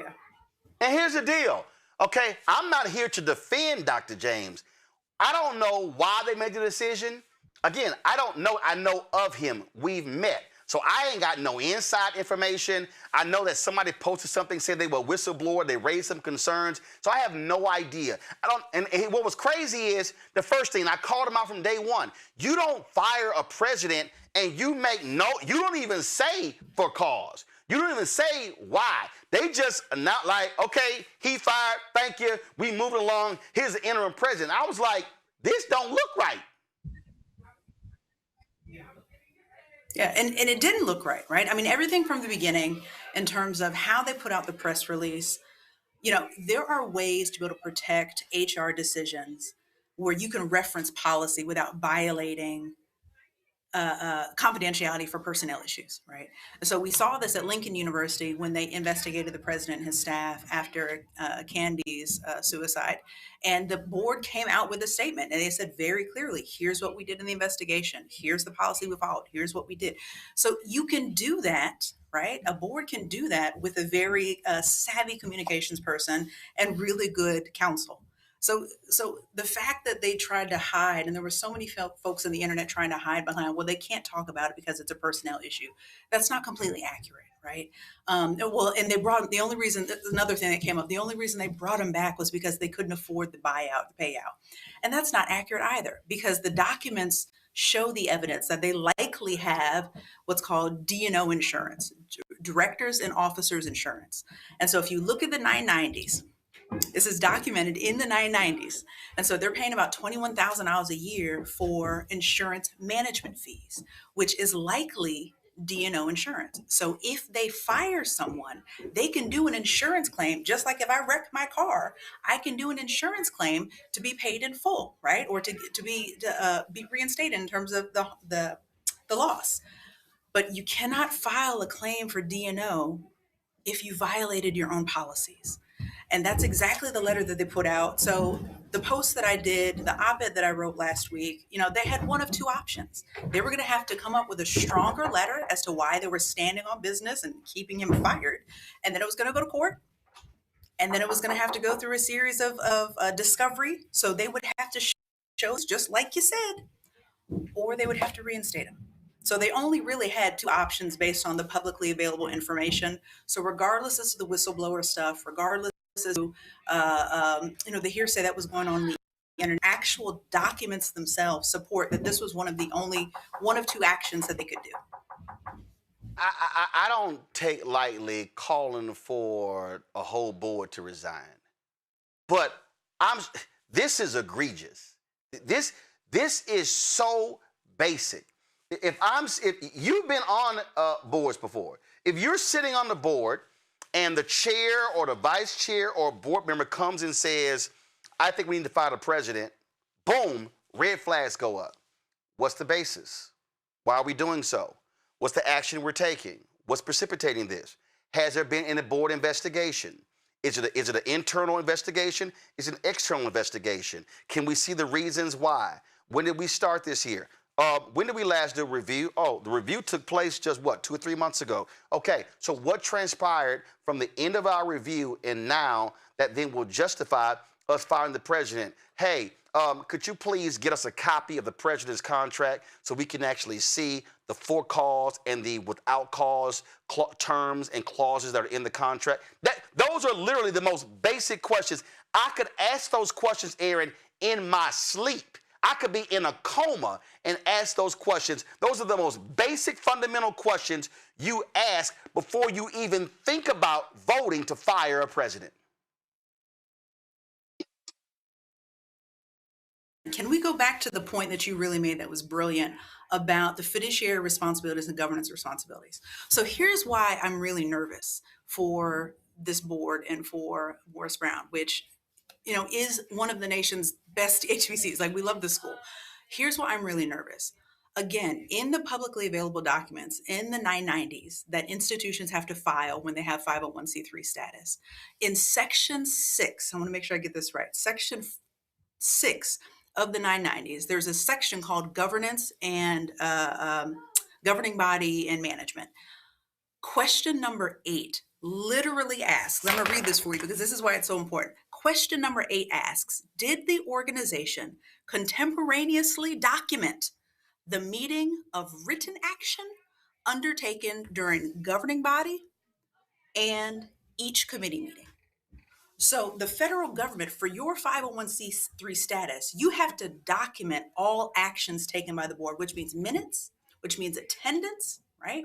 And so to your point earlier, you're assuming that there's no documentation of this. Well, if there isn't documentation of this action taken by the board, they're now violating what could potentially put their 990s at risk or put their 501c3 at risk.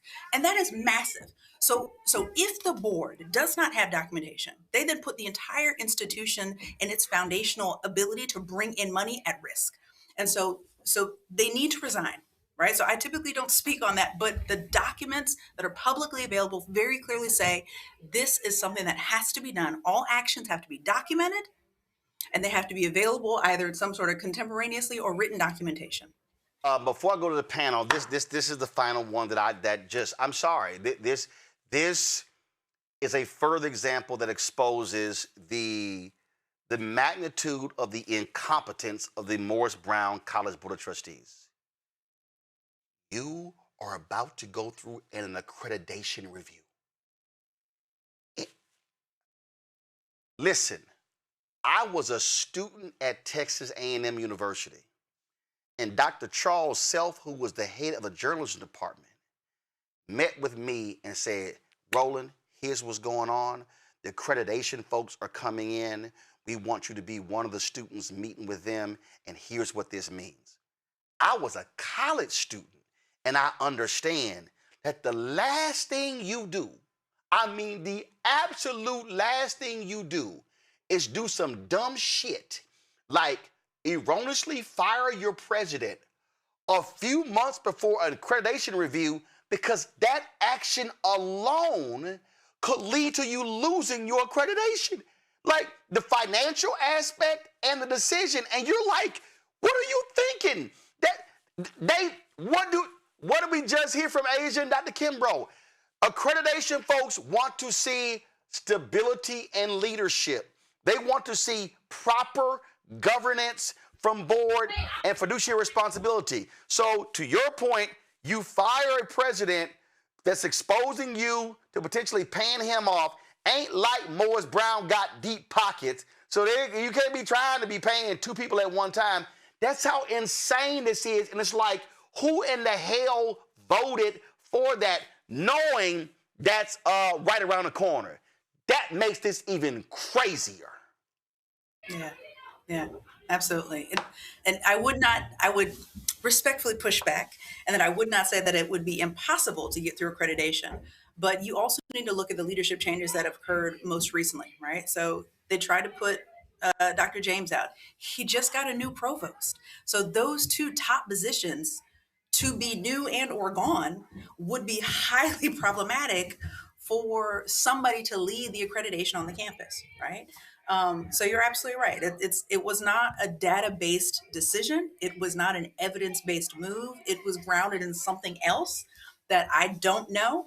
But I just know the data it didn't make sense. Didn't make sense based on the data. Melv, I'm gonna go to you first.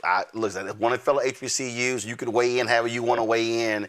But when this happened, I was like, here was the first thing that jumped out at me, Melv. And again, I'm a journalist, so the first thing I went was, why? Then I read it. I went, I see no. Why? And then, because like literally, I got the call at 5:59. We go live at 6. Somebody sent me the text, and I read it. I went, hold up. And I saw James's Facebook post. I called him and said, hey, this real? And he was like, yeah. He said, I'm shocked, blah, blah. He said, I'm going to get my lawyer. We'll be talking in the next few days. And then a couple of days later, I see Aaron's post. And then I'm sitting here going, and I'm asking people around, like, this makes no sense to me. And then I was like, how did you? And then when this statement came out today, that's when I went, oh, my God, this is insane. They are literally admitting that we didn't follow damn procedures. That's just crazy to me. You've said a lot tonight, friend, and I didn't have a lot to say because I felt like I would just have to go to Cardi B courtroom meme faces, and like that's all I had, okay? Because we're all mystified, we're all confused, and Okay. I'll put it here. Okay, Melvin, let me take them out. You're a president. Let me take that out. Yes. You're a president. If your board has some issues with your leadership, I would assume you would like for your board chair or to say, hey, can you come talk to the board? We have some issues. Lay those out, okay? Let me address your concerns or let me respond. Allow me to fix whatever. That's actually what you do. The whole point, firing the president is like the last thing you want to do. You want to do a lot of things before you get to that point. Now, sometimes there's some egregious stuff where, remember the Jackson State president got busted with a prostitute? Yeah, his ass got fired immediately. So he was gone. Okay, he was gone. Yeah, that's just fact. That hit the news and everything. But the bottom line is, that's what you do. What you don't want is literally to wake up and go, what? I'm fired? And then it's like, the first thing you do when you get fired is, y'all didn't read my contract? That's the first thing you do. Yeah. So that's the first thing. And the other piece is, when you think about boards, I am also on a higher ed board, which I'm one of the unique presidents that serves as a president and also serves as a board member for another university. And here is what you have to think of.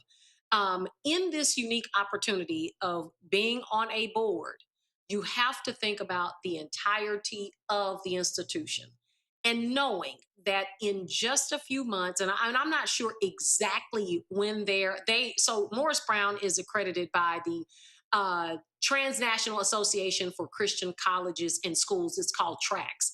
And they will have a reaffirmation coming up the end of this month or February. This is critical. This is a critical review, and Morris Brown is, and I'm not, it's in a fragile state. But for any institution that is about to go through a review, it's the Super Bowl. It is the Super Bowl. And so disrupting the ecosystem at this time is a little difficult. You kind of got low cards at this point. If you know that you have to present yourself, you have to be able to show the institution to be, financially stable, academically stable. The facilities must be in a certain place, and you need your quarterback to be in optimal position to be able to showcase the institution in the best light. And so right now, my message is to my friend, because he is my friend, and I do know him very well. Good brother, good person. And right now, I encourage you, Kevin James, to stay the course. You have to get back in the game and refocus yourself on the institution to move it forward in spite of everything that is going on around you. And that means you're bored and what's happening. But I got to ask you this here. I got to ask you this here. Mm-hmm. Before I go to Mustafa and Joe, I got to ask you this here.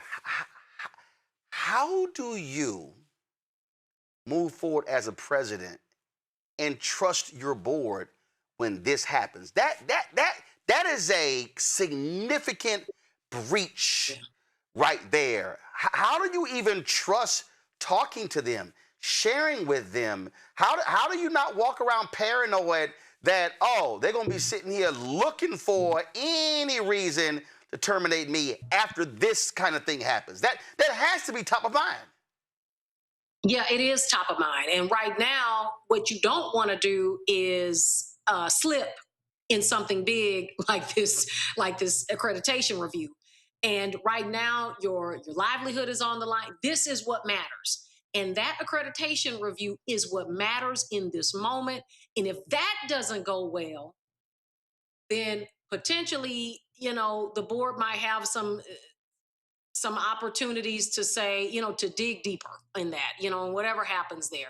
But you have to get your head in the game and get focused on this review, because that is critical. Morris Brown has come back. We've all enjoyed the success story, the Hail Mary. He's gotten them, to this point with community support, with so many others in the city of Atlanta supporting Morris Brown coming back. And right now we're all looking to you, Kevin James, my friend, to make this successful, and to, again, it may not be trust right there, right now, but and that's going to be an uphill battle for them to repair that, if it even is, some reparations there. But I tell you what, right now you have to focus on this review and get that institution through the finish line. And that's what matters right now.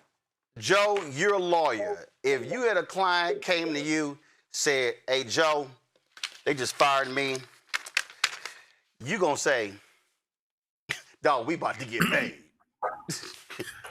They didn't fire you for cause. We got a 3-year contract. You just had a great review. Yeah, we got us a good case here, player. No doubt about it. The reason why, we look both ways before we cross the street is because when we walk into the street, if we don't look both ways before we cross the street, we could get hit by a car. And so if you're getting ready to fire somebody, I tell people this all the time. I just went back and forth on one of these that was much smaller, shall we say. We deal with big ones, but sometimes as a public service, you help some folks that are close by that don't have big cases, but it's very important to them. And the first thing I'm looking for as an employee's lawyer is what the rules actually say.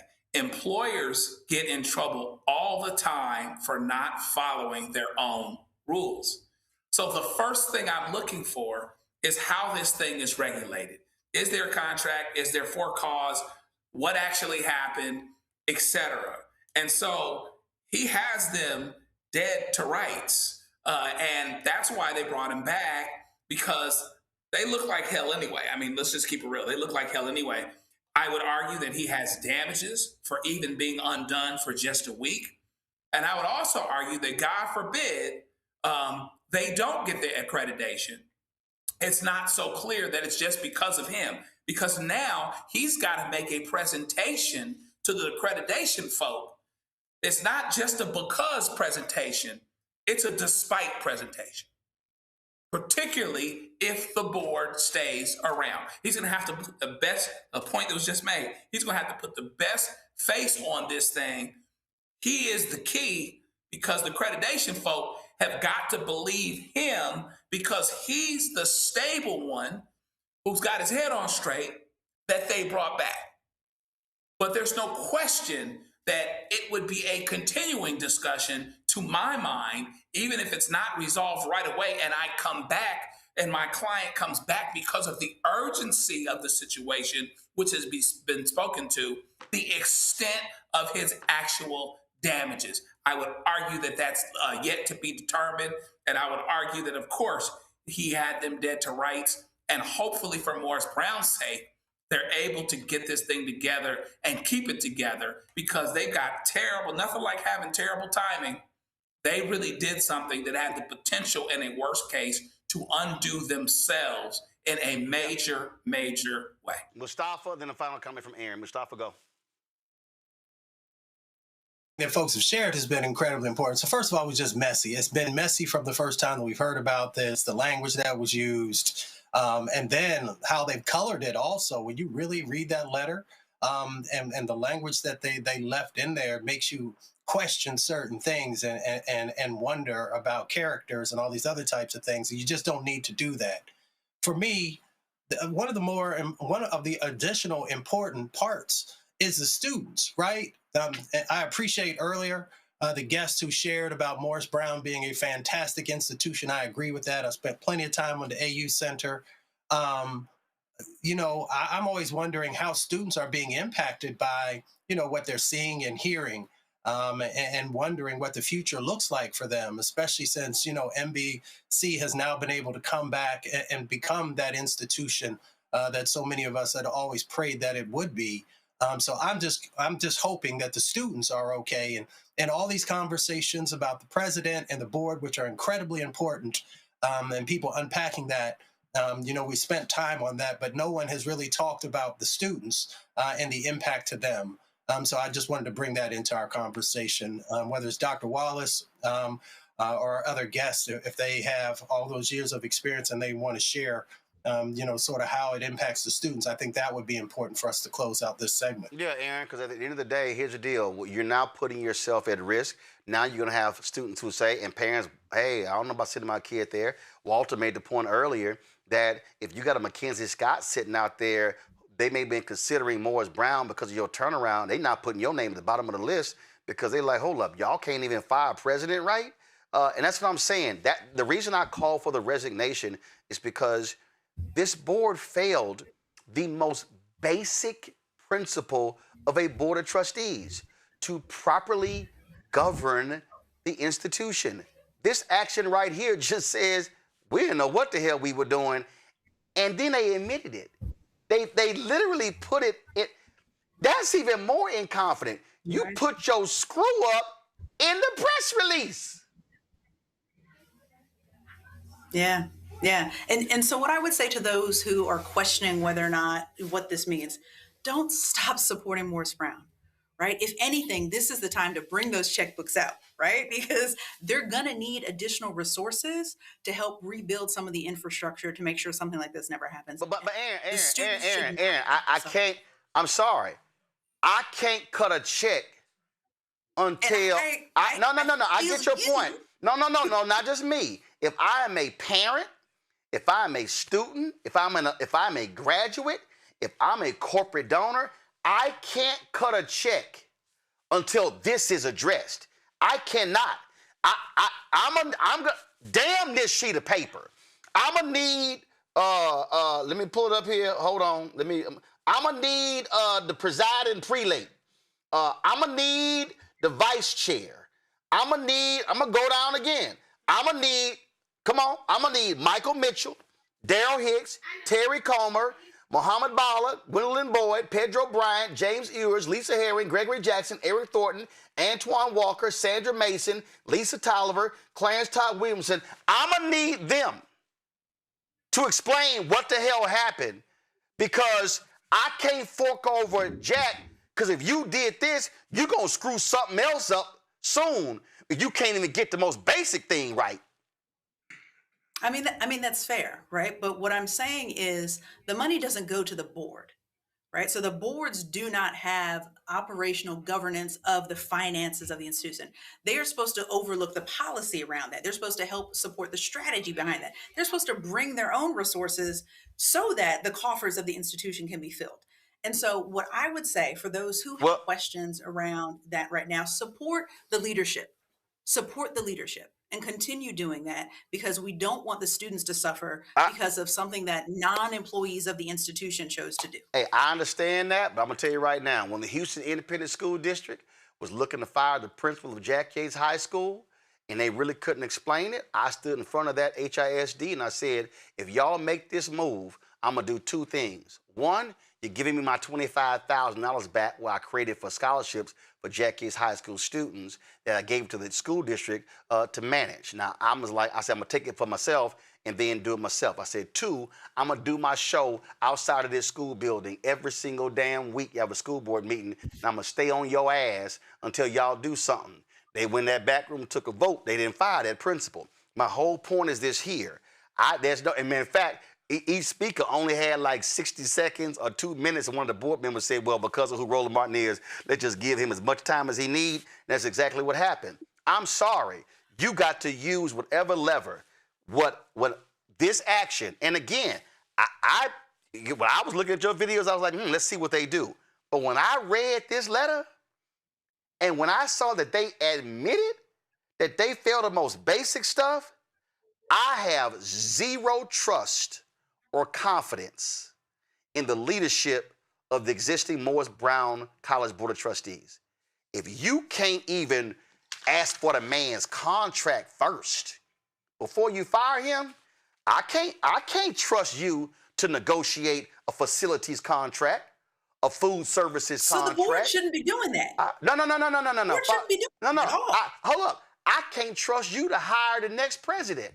I can't trust you to do a damn thing. If you can't even get it right to fire somebody, I damn sure can't trust you to hire. This is really a basic, fundamental thing. And I'm telling you, I just went through this when, listen, it was some board members of NABJ not happy with me, and I looked them in the eye and said, how in the hell did you join this board and in 2 years you never read the Constitution? That is your governing document. There's no amount of excuses that I would accept when somebody admits to me, yeah, I never read it. I'm sorry. They gotta go. The board of trustees has to go, because this does not instill confidence in anybody, and it's a shame we're saying that, but they brought this on themselves by this dumbass action. Yeah. Dr. Aaron Lynch, we appreciate it. Thanks a lot. Thank you. Thank you for having me. Thank you very much. Let me thank Joe, Melva, as well as Mustafa for being on today's show. I surely appreciate it. Thanks a bunch. Melva, I look forward to coming back down to Austin, Houston, Tillerson. Y'all better have some barbecue when I come back. Let me go to a commercial break. We come back. Black Star Network headlines with Brittany Noble. Back in a moment.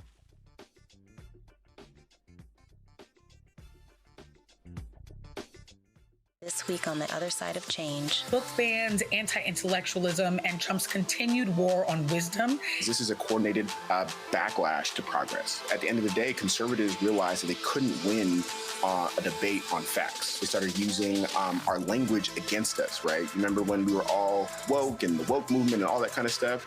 Now everything is anti-woke, right? When we were talking about including diversity, equity, inclusion, and higher education, now it's anti-DEI. All this are efforts to suppress the truth because truth empowers people. You're watching The Other Side of Change, only on the Black Star Network.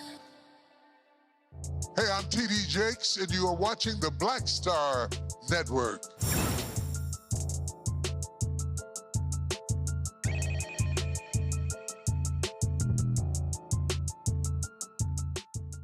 Folks, time for Black Star Network headlines with Brittany Noble. Roland, the U.S. Department of Justice is planning to subpoena Minnesota Attorney General Keith Ellison. It is connected to an investigation into state officials' handling of increased ICE operations in the state. The DOJ has reportedly opened a probe into Governor Tim Walz and Minneapolis Mayor Jacob Frey, alleging possible obstruction of federal law enforcement. The DOJ is relying on a law that is rarely used, a federal statute with roots in the Civil War era. It was one of the statutes listed in a memo from Attorney General Pam Bondi last month, and that Bondi spelled out in the statutes that she is wanted federal prosecutors to use to target individuals that she dubbed as domestic terrorists. Both Walz and Frey have been vocal about their opposition to federal agents being in Minnesota. Pardoned January 6 writer is scheduled to be tried on child molestation charges next month following his July arrest. It comes nearly 6 months after Andrew Johnson and more than 1,500 January 6 riot defendants were pardoned by President Trump.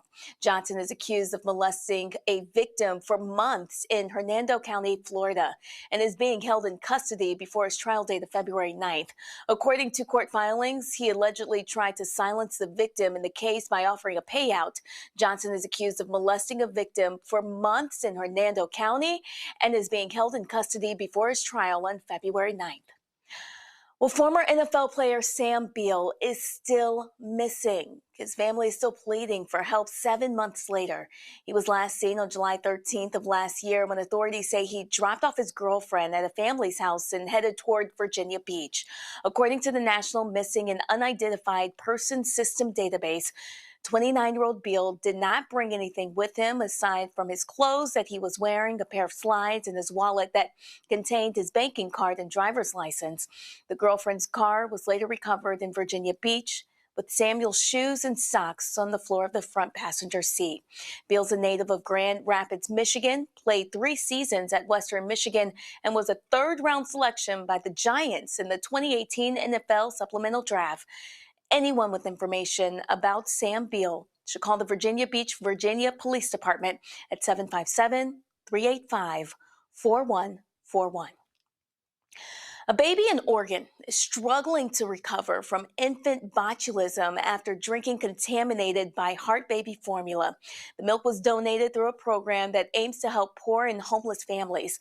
10-month-old Deshaun Carter had been in the hospital twice and still remains on the feeding tube after contracting the dangerous infection. Botulism is a rare, severe illness caused by contaminated food or infected wounds. It sickened more than 50 babies across the United States. His mother, Angel, says she received a can of ByHeart formula from a caseworker with the Oregon Department of Human Services in early November, just days before the national recall of that same product.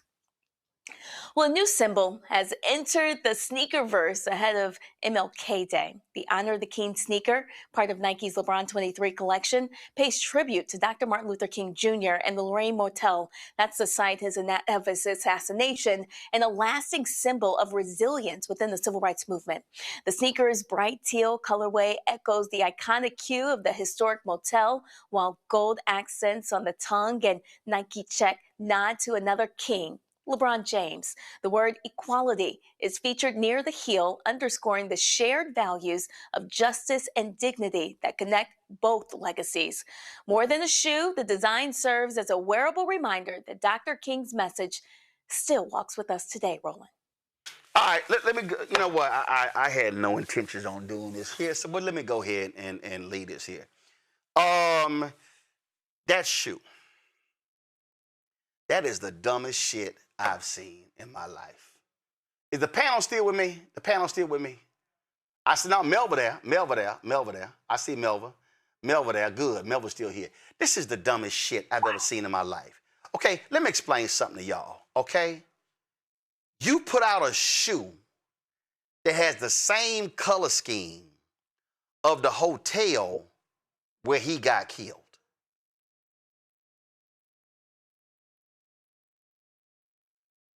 Okay, let me help. The shoe is not to celebrate the National Civil Rights Museum.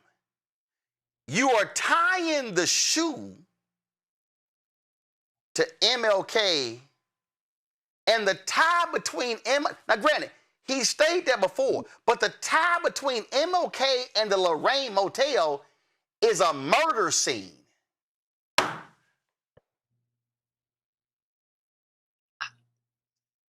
If you're going to do a commemorative shoe, how about you do it with the King Center?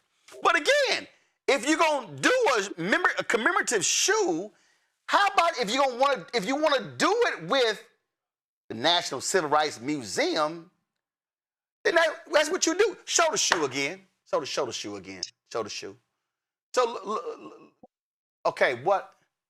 Look, I don't even, it's the color scheme and you know what, just switch to me the other side of the studio.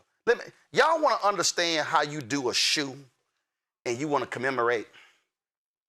Now, they disbanded because they had some paperwork issues and whatever the hell. But remember the group, Stacy, which camera am I on?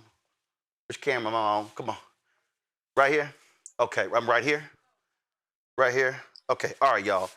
These are some commemorative shoes. Matter of fact, I'm gonna go on the other side. Get ready to zoom in. Get ready to zoom in. These are some commemorative shoes, y'all. These, zoom in on the desk. Puma did some shoes for the New Georgia Project, okay? Do y'all see these shoes? Zoom in as tight as you can. Keep going, keep going, keep going, keep going, keep going, keep going. All right, let's focus it. Let's focus it. Okay, all right, can you zoom in tighter? Keep going. I want y'all to see that's as tight as you can go. Okay, all right, now focus. Let's focus. Let's focus. Okay, do y'all see this here? These are commemorative shoes. This is the shoe right here. Yeah, these are commemorative shoes of voting in protest. So this is, you see it and you see the sign. You see NGP, New Georgia Project. You see Puma right here. That's how you do a shoe. You doing a color scheme of the sign of the Lorraine Motel, and you're tying it to King, which is where he got, that is just that's just dumb. Melva, I just don't, look, I appreciate, okay, just stay right there. Just stay right there. No, stay right there, because I'm going to the other side. I just remembered. Y'all, I got a pair, listen, when my homeboy worked at Nike in Chicago, he gave me these shoes. Y'all should be, what y'all do? Y'all should be flipping to this side right here. Y'all know I'm moving. Y'all know I'm moving. You should just be flipping from one side to the other. That's what, I got 10 cameras in here. Let's use them. All right, here you go. Y'all, these are,